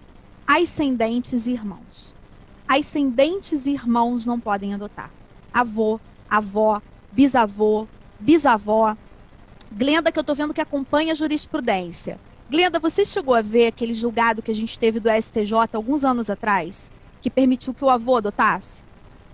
Alguém chegou a ver esse julgado? Agora vamos entender o seguinte, como é que funciona para a prova? Porque esse foi um julgado do STJ que observou um princípio. No caso concreto, aquilo realmente era o melhor para aquele menor. Mas isso não tem amparo no ECA. O ECA, ao contrário, ele proíbe ascendentes e irmãos de adotar. Então imagine que na sua prova caia uma questão que narre um caso concreto para você e diga o seguinte para você, porque a questão ela não vai se basear em julgados isolados. Então vamos dizer que a questão narre o caso concreto e diga, de acordo com a previsão contida no Estatuto da Criança e do Adolescente, e aí nós tenhamos lá as opções ligadas à possibilidade ou à impossibilidade de um avô ou de um bisavô adotar. Vai poder adotar ou não vai poder adotar? Não vai poder adotar, porque pela letra da lei, ascendentes, avô, avó, bisavô, bisavó, irmãos não podem adotar. Para não causar confusão de parentesco, para não causar confusão patrimonial, todo mundo pegou? Tranquilo? Isso já caiu na primeira fase, isso já caiu na segunda fase de direito civil, tá? Então olha como é que é importante. E o segundo detalhe é quem pode adotar. E aí eu gostaria, quem está anotando isso aí, quem está colocando no caderno, faz tipo um esqueminha. Coloca assim, quem pode adotar, aí divide 2 setas. Aí bota quem pode adotar quanto à idade. Quem pode adotar quanto ao estado civil. Quem pode adotar quanto à idade. Quem pode adotar quanto ao estado civil. Estão colocando isso aí? Vamos ao primeiro, bem tranquilo. Quem pode adotar quanto à idade? Quem já completou 18 anos, tá? A pessoa que já completou 18, ela pode adotar, mas ela não pode adotar alguém de qualquer idade. A gente precisa ter, de acordo com o ECA, uma diferença mínima de 16 anos entre aquele que está adotando e aquele que está sendo adotado. Então, a pessoa completou 18, quer adotar, beleza, vai poder, mas vai poder adotar alguém que tem 2 aninhos, para ter essa diferença de 16, tranquilo? Agora, e quanto ao estado civil? Pessoas solteiras podem adotar? Podem. A pessoa solteira pode adotar sozinha, sem problema nenhum. Mas e para adotar conjuntamente? Para adotar conjuntamente, o ECA vai exigir, via de regra, 2 coisas, tá? O ECA ele vai exigir casamento ou união estável e estabilidade familiar. Então, para que 2 pessoas adotem juntas, o ECA vai exigir, repetindo, casamento ou união estável entre essas pessoas. E estabilidade familiar. Estabilidade familiar é em todos os sentidos, tá? Estabilidade familiar no aspecto emocional, no aspecto financeiro, estabilidade familiar. E o ECA vai trazer uma exceção, em que 2 pessoas que não estão mais casadas, mas já foram, que não estão mais em união estável, mas que já estiveram, podem adotar. Onde é que está isso? Querem anotar o artigo para dar uma olhada aí? Artigo 42, parágrafo 4º. O artigo 42, parágrafo 4º, permitiria que a pessoa a mulher adotasse com o ex-marido dela, por exemplo. Mas quem está com esse parágrafo aberto aí está lendo os requisitos para isso. Quem não está com ele aberto, anota para ler depois, tá? O parágrafo 4º vai exigir que, enquanto eles estavam juntos, casados ou vivendo em união estável, eles iniciaram a convivência com aquela criança ou adolescente que eles pretendem adotar. E aí alguma coisa vai acontecer, eles vão se divorciar, eles vão dissolver a união estável, mas eles vão chegar a um acordo sobre guarda, sobre regime de visitação, não vão brigar por causa disso, vão chegar a um acordo. E aquele que, porventura, não vai ficar com a guarda dentro do que eles acordarem, pode ser que fique com os dois também, não tem problema, mas se ficar com um, o outro que não vai ter a guarda, vai ter vínculo, vai ter afinidade, vai ter afetividade com aquela criança ou adolescente. Deu para pegar? Pegaram? Então, adoção. Uma das hipóteses de colocação em família substituta, a mais excepcional de todas. Vimos em relação à adoção quem não pode adotar, ascendentes e irmãos, e vimos por quê. Vimos quem pode adotar, e você pegou seu caderno aí e colocou o esqueminha. Quem pode adotar em relação à idade, aquele que já completou 18, mas tem que ter aquela diferença mínima de 16 anos. E quem pode adotar em relação ao estado civil. Pessoa solteira pode adotar sozinha. Para adotar conjuntamente, tem que estar casado ou tem que estar vivendo em união estável, ok?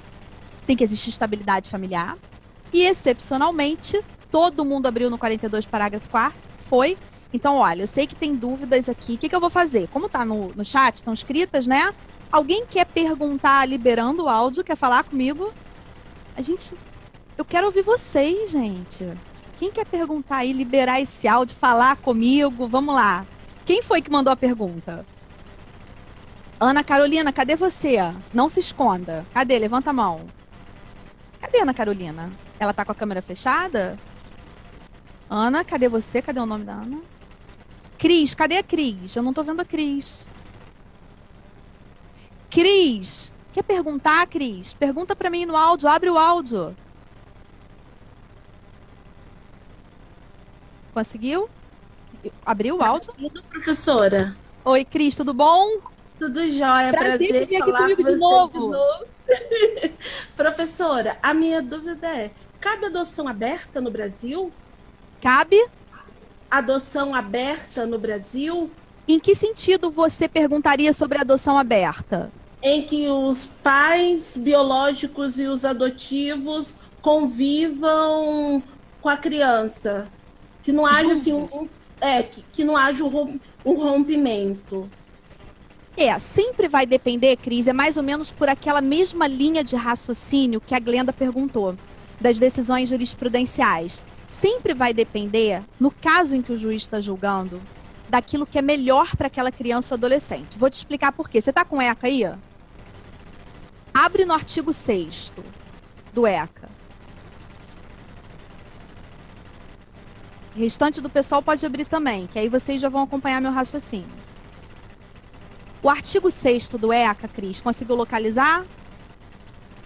O artigo 6º do ECA, ele vai nos trazer as regras de interpretação do Estatuto.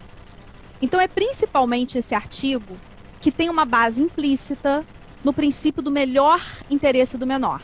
Então, sempre que o juiz ele vai julgar uma situação concreta, ele vai considerar todos esses fatores aí. Dentre esses fatores, ele vai considerar a condição especial da criança e do adolescente de pessoas em desenvolvimento.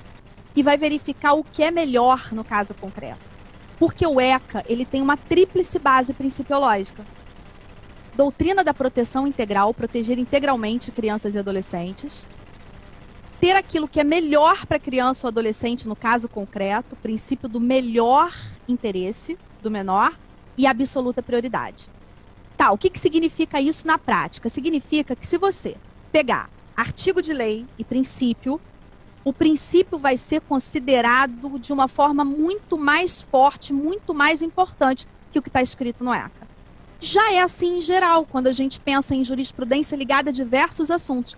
Mas eu diria que no ECA isso tem um peso maior porque nós estamos falando de pessoas que estão em uma situação de vulnerabilidade. Portanto, o princípio do melhor interesse do menor, ele pode fazer com que em uma situação concreta, o julgamento relacionado a alguma coisa que não tem previsão no ECA se torne possível. Vou dar um outro exemplo para você. A chamada adoção intuito personae. Na adoção intuito personae, a gente não teria que ter um respeito ao Cadastro Nacional de Adoção. Eu poderia, por exemplo, ter um filho biológico, escolher quem vai ser mãe, quem vai ser pai adotivo do meu filho, porque eu confio, porque eu acho que eu vou criar bem, e entregar esse meu filho biológico para essa pessoa. A gente, via de regra, não tem essa possibilidade prevista de maneira expressa no Estatuto. Como a gente não tem no Estatuto a possibilidade do avô adotar, como a gente não tem no Estatuto a possibilidade de manter o pai biológico e entrar um pai adotivo. Mas são julgados que possibilitam isso com base de análise, no caso concreto, daquilo que é melhor para aquela criança ou adolescente. Então, sempre em regra que a gente pensa assim, poxa, pode alguma coisa que não tenha previsão expressa no ECA? Pode adoção aberta, pode adoção intuito personae, pode avô adotar? Para nossa prova da OAB, via de regra, a gente vai considerar o que está na lei ou o que é simulado. Pegou? Mas vamos imaginar amanhã ou depois num concurso público ou, de repente, advogando em um caso concreto. Você pode ter uma leitura mais aberta do Estatuto? Pode. Porque a base principiológica permite isso.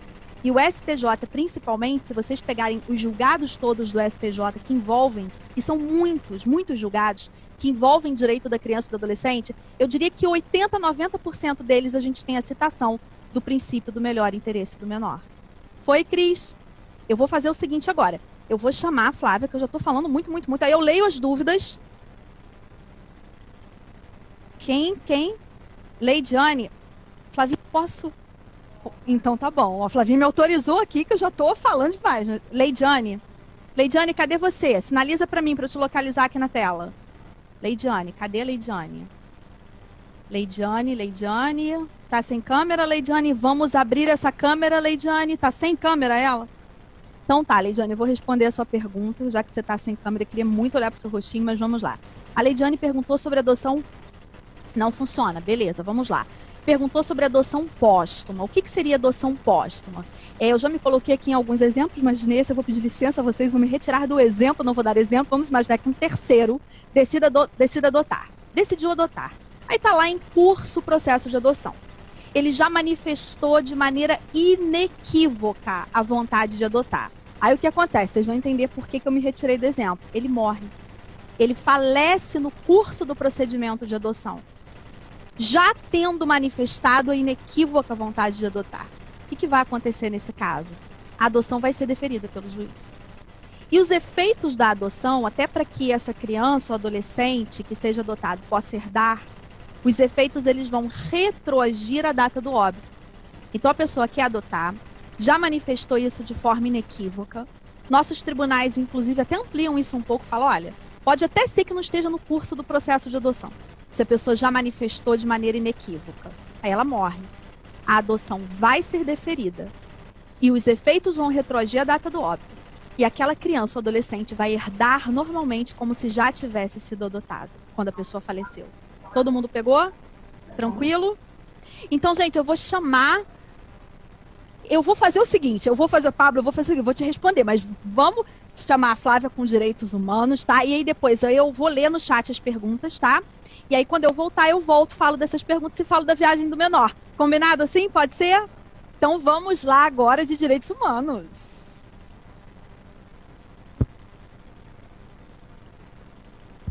Eu já estava com saudade de vocês, viu? Muito bem, minha gente. Tô escuro aqui, a impressão?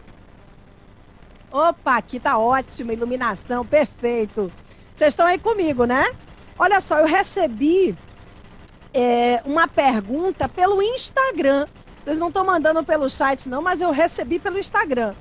Da Kátia Raquel. A Kátia perguntou o seguinte...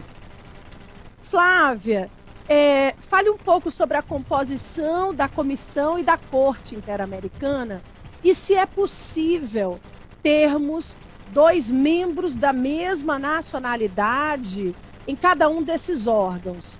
Kátia e todos vocês, porque a dica vale para todos, não é? A visão, aliás, o que está previsto lá no Pacto de San José é o seguinte: não é possível 2 membros da mesma nacionalidade em cada órgão. São 7 membros na comissão e 7 juízes na corte.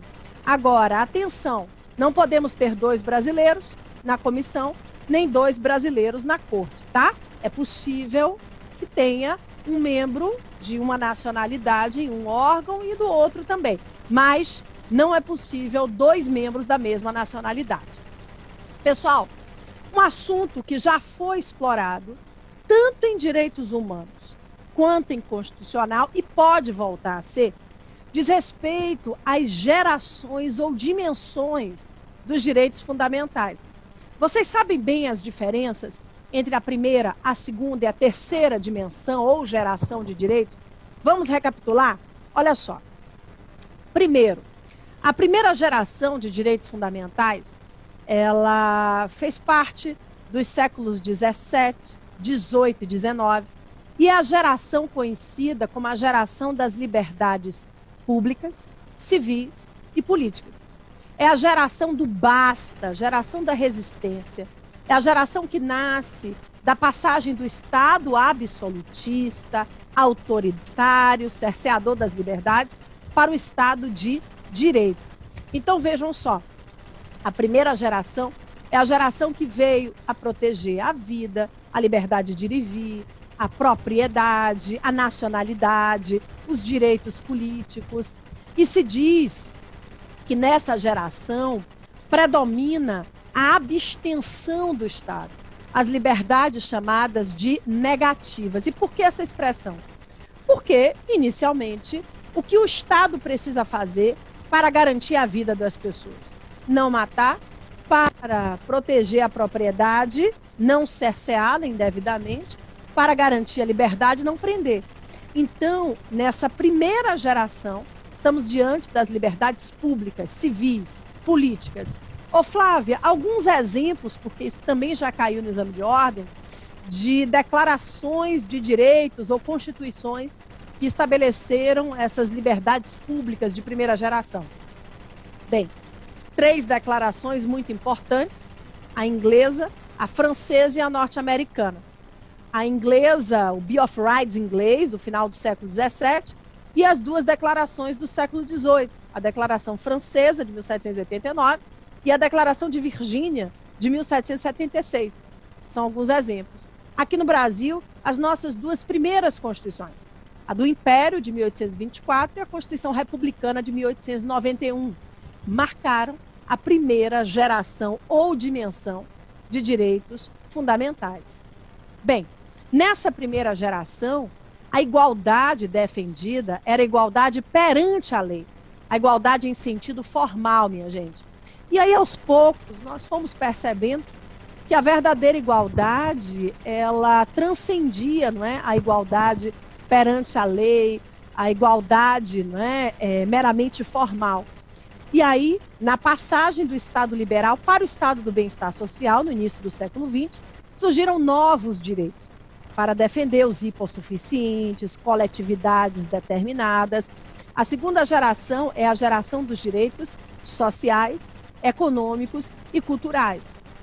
É a geração que veio a proteger o direito à saúde, o direito à previdência e assistência, os direitos dos trabalhadores, tudo que diz respeito à igualdade em sentido material e esse olhar para os hipossuficientes. Bem, alguns documentos que marcaram essa segunda geração. A Constituição Mexicana, de 1917, a Constituição de Weimar, na Alemanha, de 1919, e aqui no Brasil, a primeira Constituição Social foi de 1934. Atenção a essa dica também. A segunda geração ou dimensão, minha gente, é a geração das prestações positivas. Diferentemente da primeira, não é, que fica com as prestações negativas, a segunda geração é a das prestações positivas. Por quê? O que o Estado precisa fazer inicialmente para proteger a saúde? Bem, construir tudo que não faz, né? Construir hospitais de qualidade, comprar medicamentos para todos, contratar médicos, construir escolas, contratar professores, comprar merenda escolar, porque criança com fome não aprende. Ou seja, gente, prestações positivas, ações por parte do Estado. E aí veio a Segunda Guerra Mundial, e com o fim da Segunda Guerra, um sentimento de solidariedade, um sentimento de fraternidade passou a ser compartilhado entre todos. E aí nasceu a terceira geração. A terceira geração de direitos humanos é a geração dos direitos difusos.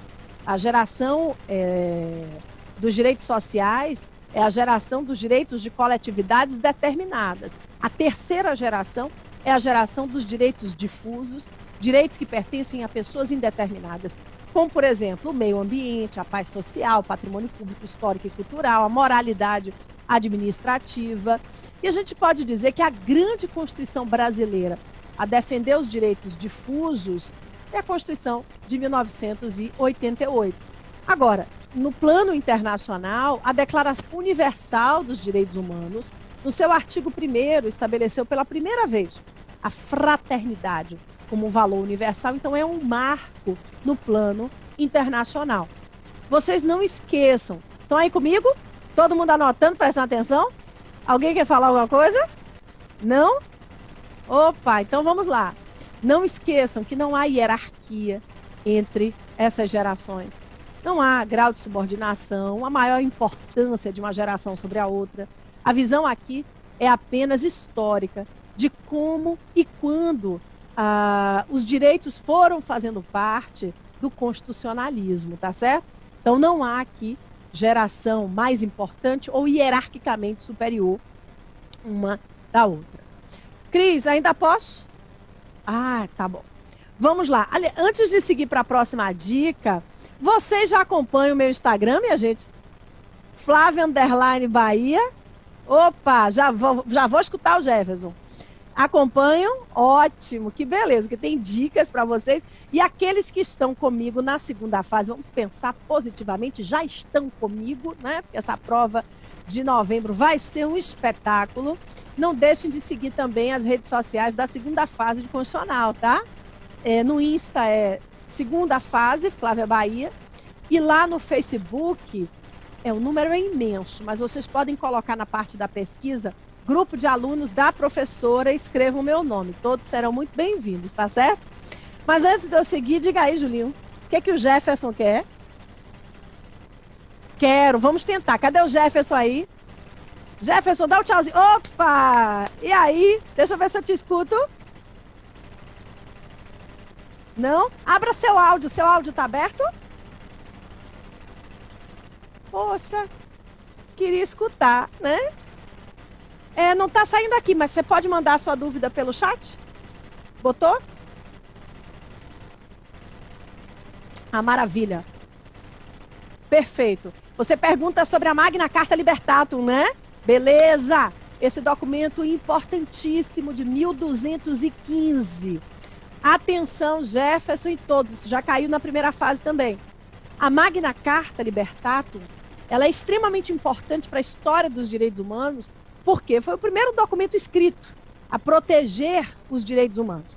Mas os direitos humanos ainda de forma limitada, os direitos de primeira geração. Foi na Magna Carta, inclusive, que se sedimentou o princípio do devido processo legal. A OAB cobrou uma questão sobre esse tema. Então, o due process of law, ou devido processo legal, esteve presente pela primeira vez na história das declarações de direitos, das constituições, nessa Magna Carta de 1215. Ela foi importante também, Jefferson e todos vocês, por estabelecer o princípio da legalidade em matéria penal, da anterioridade da pena, ou seja, ela trouxe algumas garantias iniciais também da liberdade de ir e vir. E lá na Inglaterra, alguns anos depois, séculos depois, em 1679, surgiu o Habeas Corpus Act, efetivamente, né, a lei do habeas corpus, trazendo a proteção efetiva à liberdade de locomoção. Então, a Inglaterra realmente é o palco de muitas declarações importantes, dentre elas a Magna Carta Libertatum, que você trouxe para a gente, 1215, o Habeas Corpus Act, de 1679, e o Bill of Rights inglês, do final do século XVIII, no final do século XVII, 1689, tá bom? Minha gente, Falta pouco tempo. Tá passando muito rápido isso. Amiga, você não. A gente não pode fazer o bate-bola, né? Porque tem. Desculpe. Ia ser ótimo. Mas não vai faltar, é oportunidade. A verdade é essa. Amiga, vamos dividir esse tempo final aí? Você fala um pouquinho? Eu falo um pouquinho? Maravilha, minha gente. Olha só. Eu já volto. Agora vocês fiquem com a espetacular Cristiane Dupré.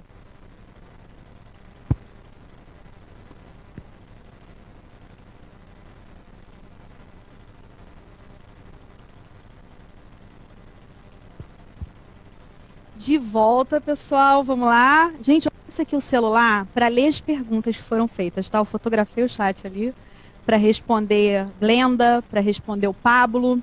Mas olha, antes eu quero fazer um convite também para vocês, o pessoal que for da segunda fase em penal, né? Quem que tá aí que é a segunda fase em penal? Gente, eu tenho uma surpresa para contar para vocês não vão acreditar. Mas antes, olha só. O meu Instagram é @professora Cristiane Dupré. Pessoal aí que vai fazer segunda fase em penal, o que acha de ter um aplicativo só para estudar a segunda fase em direito penal? Maneiro, né? Súmula separada por tema, vídeos comigo, com a professora Ana Cristina, com o professor Paulo Machado, o link lá para receber as nossas novidades, para fazer inscrição na nossa segunda fase. Então, olha só, para baixar o aplicativo é gratuito, é super fácil. É só ir lá no meu Instagram, no link da descrição do perfil, repetindo no Instagram, @professora Cristiane Dupré. Aí o link que tem na descrição do perfil, você clica ali, você já vai poder baixar o aplicativo e ter acesso já a várias informações. É o aplicativo da nossa segunda fase em Direito Penal aqui do SES. Eu, professora Ana Cristina e professor Paulo Machado, tá? Eu aguardo vocês que forem fazer a segunda fase em penal lá no aplicativo. Tem o chat também para vocês conversarem com a gente, tá? E o aplicativo, gente, olha que notícia fresquinha que eu tô dando. O aplicativo está sendo lançado hoje. Provavelmente vocês serão os primeiros a baixarem o aplicativo, tá? Super novidade. Então, olha só, vamos lá. Eu trouxe aqui as duas perguntas. Glenda perguntou o seguinte. Fazendo um recorte do ECA com direito civil, mais especificamente quanto ao direito de herança. O menor de idade que foi adotado e manteve-se em sua certidão de nascimento o nome da mãe biológica, por exemplo, esse menor ele será herdeiro de sua mãe biológica e igualmente da mãe adotiva? Ou trata-se apenas de uma questão registral, a mantença dos dois nomes? E a herança será apenas da mãe adotiva? Excelente pergunta, Glenda. Vamos lá. Quando nós temos a possibilidade para algumas decisões, primeiro começou com o STJ e no ano passado, em 2016, a gente teve um julgado do Supremo Tribunal Federal que foi muito importante, que inclusive foi declarada a repercussão geral e se possibilitou, na verdade, que uma pessoa, uma mulher, ela tinha sido adotada porque ela tinha sido registrada pelo padrasto dela, mas ela era filha biológica de outro homem. E o julgado acabou possibilitando que ela pudesse ter no registro o nome dos dois, escolher no documento de identificação dela um dos dois sobrenomes e, logicamente, garantidos os demais direitos. Dentre esses direitos, Glenda, o direito de herança. Aliás, quando uma jurisprudência, quando um julgado garante que no registro de nascimento dois homens figurem como pai ou duas mulheres figurem como mãe, o principal motivo é justamente fazer o quê? Garantir direitos. Garantir direitos e estabelecer deveres igualmente, por parte daquele que foi pai biológico, que é pai biológico, e por parte daquele que está entrando no registro de nascimento, a paternidade socioafetiva. Glenda, cadê você? Consegui solucionar a tua dúvida? Foi? Agora, olha só, o Pablo perguntou o seguinte, cadê? Vamos lá. Tem possibilidade do adolescente escolher diante de duas guardas com qual queira ficar? Pablo, adorei a tua pergunta. Cadê o Pablo? Sinaliza para mim. Tá com câmera? Não. Acho que não, né? Então vamos lá, Pablo. Pode sim. Aliás, isso pode acontecer na guarda, pode acontecer na tutela e pode acontecer na adoção. Pelo seguinte, a criança, para essas três modalidades de colocação em família substituta, ela vai ser ouvida sempre que possível e a opinião dela vai ser devidamente considerada. Mas o adolescente, ele precisa consentir. Para o adolescente, o consentimento dele é necessário, é colhido em audiência. Então, se ele prefere não ficar com uma pessoa como guarda ou como tutor ou ser adotado, a vontade dele precisa ser respeitada. Portanto, ele pode escolher, tá? Tranquilo? Todo mundo entendeu também? Então, gente, olha só. Agora vem aquele pedido que me foi feito para falar da viagem. Foi da Damares, né? Cadê a Damares? Tá aí? Damares não tá mais aí, não? Acho que não, né? Não tô, tá? Gente, eu não tô... Ai, a Damares está sinalizando pra mim, eu não tô vendo aqui toda hora. Vocês mudam de lugar para mim aqui na tela. Aí eu tava procurando Damares, agora tá a telinha preta. Damares, vamos lá. Viagem, gente. Vamos abrir artigo? Vamos. Porque esse tema, como eu falei, ele é um tema desafiador, tá? E ele já caiu algumas vezes na nossa prova. Eu quero que vocês olhem para o artigo 83. Todo mundo abre no artigo 83, tá? Vamos lá, pegando o estatuto, abrindo no artigo 83. Pablo perguntou se tem idade mínima para essa escolha. Tem, Pablo, porque tem que ser adolescente. Não que a criança não vá se manifestar. O juiz ouve, o juiz vai considerar, mas necessidade do consentimento mesmo é para adolescente. Adolescente é aquele que já completou 12 anos, tá? Então, completou 12 anos, esse vai poder escolher, porque a gente precisa do consentimento dele. Perfeito? Essa é uma das diferenças que o ECA nos traz para essa distinção entre criança e adolescente. E a outra que a gente vai falar agora é a viagem. Todo mundo com 83 aí aberto? Beleza? Vamos lá. Olhando para o artigo 83, você vai verificar que ele se refere apenas à criança. Perceberam isso? Nenhuma criança. Ele vai falar só de criança, tá? Agora diz uma coisa para mim. No 84 é igual? 84 é só para criança? Carol já fez assim. Não. Tá vendo, Damares? Está acompanhando? O 84 trata da viagem internacional. O artigo 83 trata da viagem dentro do território nacional. Ou seja, a viagem de uma comarca para outra. Então, primeira coisa que vocês precisam saber para a prova. Caiu uma questão ligada à viagem do menor, como caiu alguns exames atrás. Primeira pergunta que você vai fazer é, vamos lá. A viagem é dentro do território nacional ou a viagem é para outro país? A viagem é para território estrangeiro. Essa é a primeira pergunta, tranquilo? Primeiro passo. Guarda esse primeiro passo. Depois que você olhou esse primeiro passo, se for viagem internacional, tranquilize-se, porque o tratamento é igual para criança e para adolescente. O tratamento é conferido pelo artigo 84. Ou seja, para um menor de 18 anos viajar para outro país, considerando a letra do ECA, eu não vou falar de uma resolução que a gente tem, até por causa do nosso tempo, tá? De repente, num outro encontro, eu exploro isso melhor com vocês. Então, vamos considerar a letra da lei. Tanto para criança quanto para adolescente viajar para outro país, ele vai viajar ou acompanhado de ambos os pais, ou então acompanhado do pai ou da mãe, autorizado pelo outro. Com uma formalidade. Não é só, tá bom, eu deixo ir. Não. É autorizado bonitinho, com a declaração, com firma reconhecida, tudo ok. Querem anotar o número da resolução? Para ler depois quais são as outras situações que a resolução traz? Vamos anotar? Resolução 131 do CNJ, tá? Essa resolução ela vai expandir um pouquinho essas situações trazidas pelo artigo 84. Aí se você perguntasse para mim, Cris, via de regra então, se ele for viajar em alguma outra situação para outro país, ele não vai poder? Ele até vai poder, mas vai ter que ter autorização judicial. Tranquilo? Isso serve para criança e serve para adolescente. Então, quer ir para Disney, vai com quem? Ou vai com ambos os pais, ou então vai só com a mãe, o pai vai autorizar, vai só com o pai, a mãe vai autorizar. Pegou? Tranquilo? Agora vem o problema. O problema não, o desafio. Vamos ao desafio. O desafio é o artigo 83. Pelo seguinte, ele só se refere à criança. Sabe o que isso significa? Anotem isso aí no caderno de vocês. Que adolescente viaja dentro do território nacional sem precisar de nenhuma autorização. Eu sei que parece estranho. Você imagina alguém que já completou 12, ou com 13, ou com 14, chega no aeroporto, me dá uma passagem, vou comprar uma passagem, vou passar aqui meu cartão de débito e vou para Recife. Isso é possível? Isso é possível. Embora ele vai chegar lá e vai ter sérios problemas para se hospedar. Porque para ele se hospedar, ele precisa estar acompanhado de um responsável, então autorizado. Mas viajar dentro do território nacional, ele pode viajar sozinho e ele pode viajar sem ter autorização. E mesmo que você ache isso esquisito, tá? Você fala, nossa, isso é muito estranho. Mas é assim, e já caiu na nossa prova. Perfeito? Tranquilo? E aí, finalizando, com criança é diferente. Com criança, você precisa observar o que está escrito no artigo 83. Qual é a regra? A regra é que para criança viajar, a gente precisa de autorização judicial. O estatuto ele só vai dispensar autorização judicial para uma criança viajar aqui dentro do território nacional, ou seja, viajar de uma comarca para outra, se forem uma dessas situações que o artigo 83 está dizendo aí para vocês, tá? Eu não vou ler com vocês, explorar com vocês isso por causa do nosso horário Eu já fui sinalizada aqui. A Flávia vai fechar o conteúdo com vocês também, para poder se despedir também de vocês, porque a gente está quase terminando a nossa aula, tá? Faltam 10 minutinhos. Então, gente, eu já quero agradecer de coração a presença de vocês.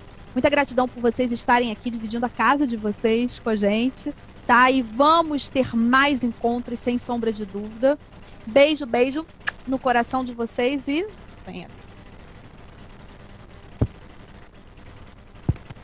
Inclusive, né, Cris, na segunda fase a gente está programando algumas aulas interativas, não é? Olha que luxo, minha gente. Já imaginaram? Tirar dúvidas assim, né? Olha que beleza. Claro, né? Com os áudios funcionando, todo mundo falando, vai ser uma beleza, uma benção. Então joguem duro aí na primeira fase, que na segunda, nossa, muitas surpresas virão. Bem, escolhendo um tema para fechar essa nossa revisão de hoje, envolvendo direitos humanos, né?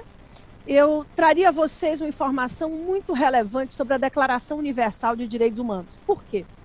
A declaração, apesar de ser o grande documento do pós-guerra, não foi explorada devidamente, na minha modesta opinião, até o momento na prova. Então vai que o examinador pensa, poxa, não cobrei muita coisa sobre a Declaração Universal. E aí ele pode vir cobrando no 24º exame de ordem. O que eu acho que é fundamental sobre a Declaração Universal para a nossa prova da aprovação? Bem, a primeira informação. A declaração, ela trouxe de forma pormenorizada os direitos humanos que deveriam ser protegidos após a catástrofe, o terror da Segunda Guerra Mundial. A Carta das Nações Unidas convocou os Estados soberanos a se reunirem em torno dela, mas não esmiuçou os direitos humanos que deveriam ser protegidos a partir dali.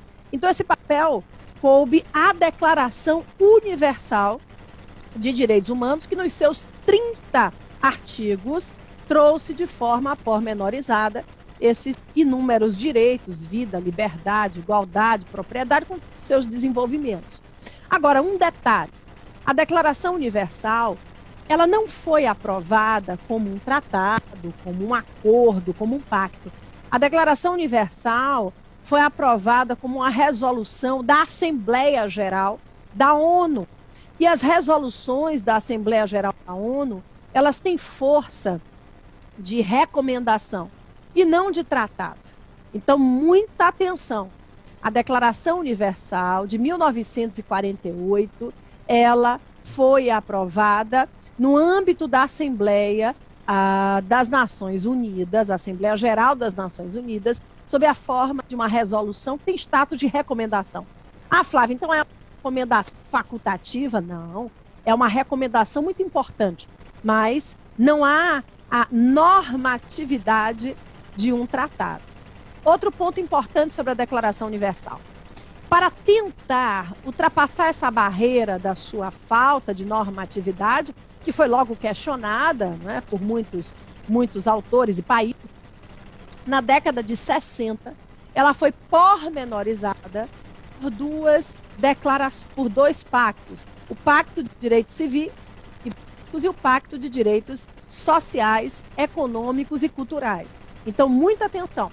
A Declaração de 48 não foi aprovada como um tratado, mas na década de 60 ela foi dividida em dois tratados.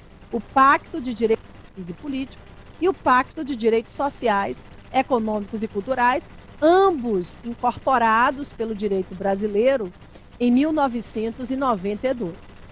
Outro ponto, minha gente, a Declaração Universal, ela não estabeleceu nenhum mecanismo de fiscalização. Vocês podem fazer a leitura dos 30 artigos da declaração e vão ver. Não há previsão de uma comissão, de uma corte, um tribunal qualquer, nada disso. Então ela só trouxe o quê? Declarações de direitos. E declarações de direitos de primeira, de segunda e de terceira dimensão. Por quê? Porque já no artigo 1º da declaração a gente encontra a liberdade, a igualdade e a fraternidade, os ideários da primeira, da segunda e da terceira geração. Bem, a Declaração Universal, ela possui duas características também muito marcantes. A primeira, a declaração é universal. né? A universalidade é uma característica da declaração. Por quê? Porque ela se estende a todas as pessoas, independentemente de sexo, cor, idade, procedência nacional. A declaração é para todos. Segunda característica, a indivisibilidade. Como no seu artigo 1º, ela contempla direitos, né, de liberdade, igualdade e fraternidade, ela não trouxe a divisão de direitos fundamentais em gerações. Ela estabeleceu que os direitos, né, devem ser todos garantidos. Então, uma boa dica para a prova. Outra boa dica para a prova é a seguinte: é o incidente de deslocamento de competência do artigo 109, parágrafo 5º da Constituição. Nossa, esse tema já foi cobrado algumas vezes em direitos humanos e também é um assunto que pode ser explorado em direito constitucional. Já caiu, inclusive, na segunda fase de constitucional. Vejam só, o incidente de deslocamento de competência, ele existe para quê?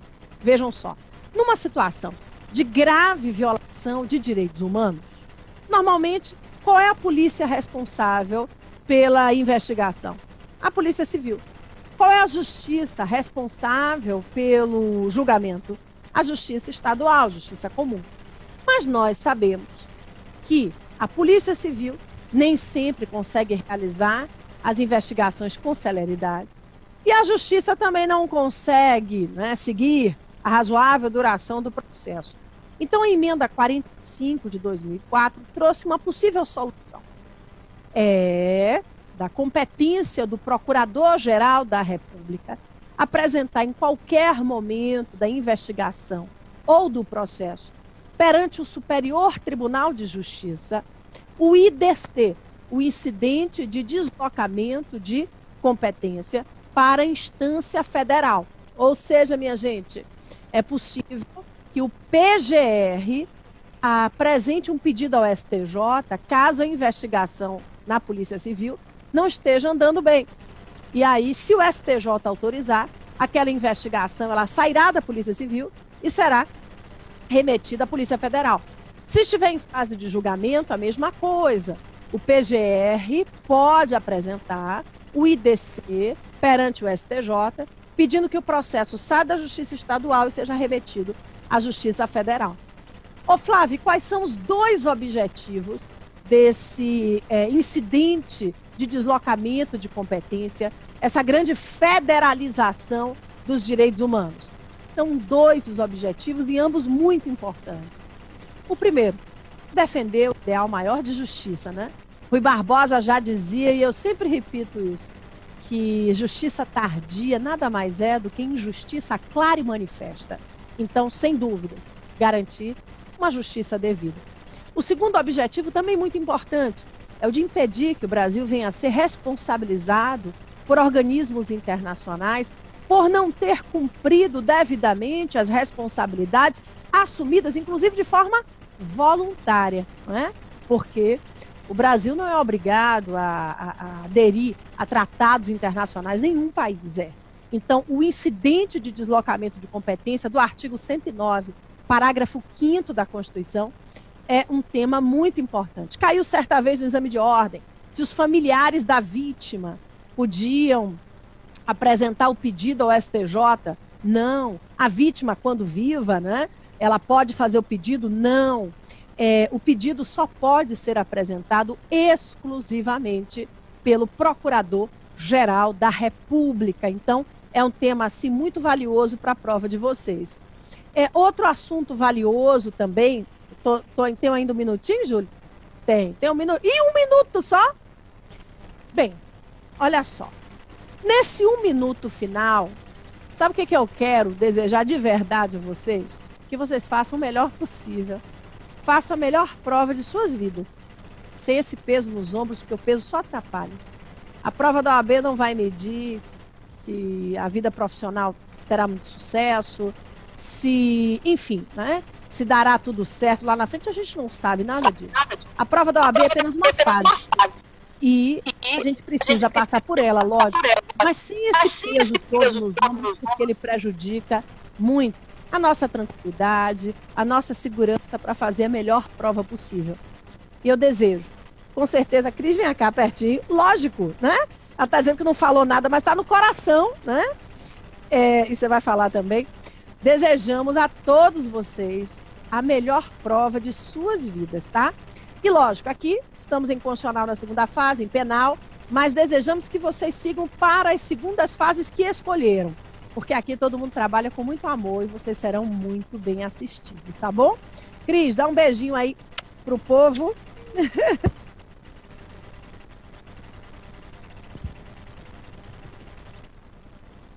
Oi, gente, eu fui embora sem desejar uma excelente prova para vocês. Que mal educada, nossa.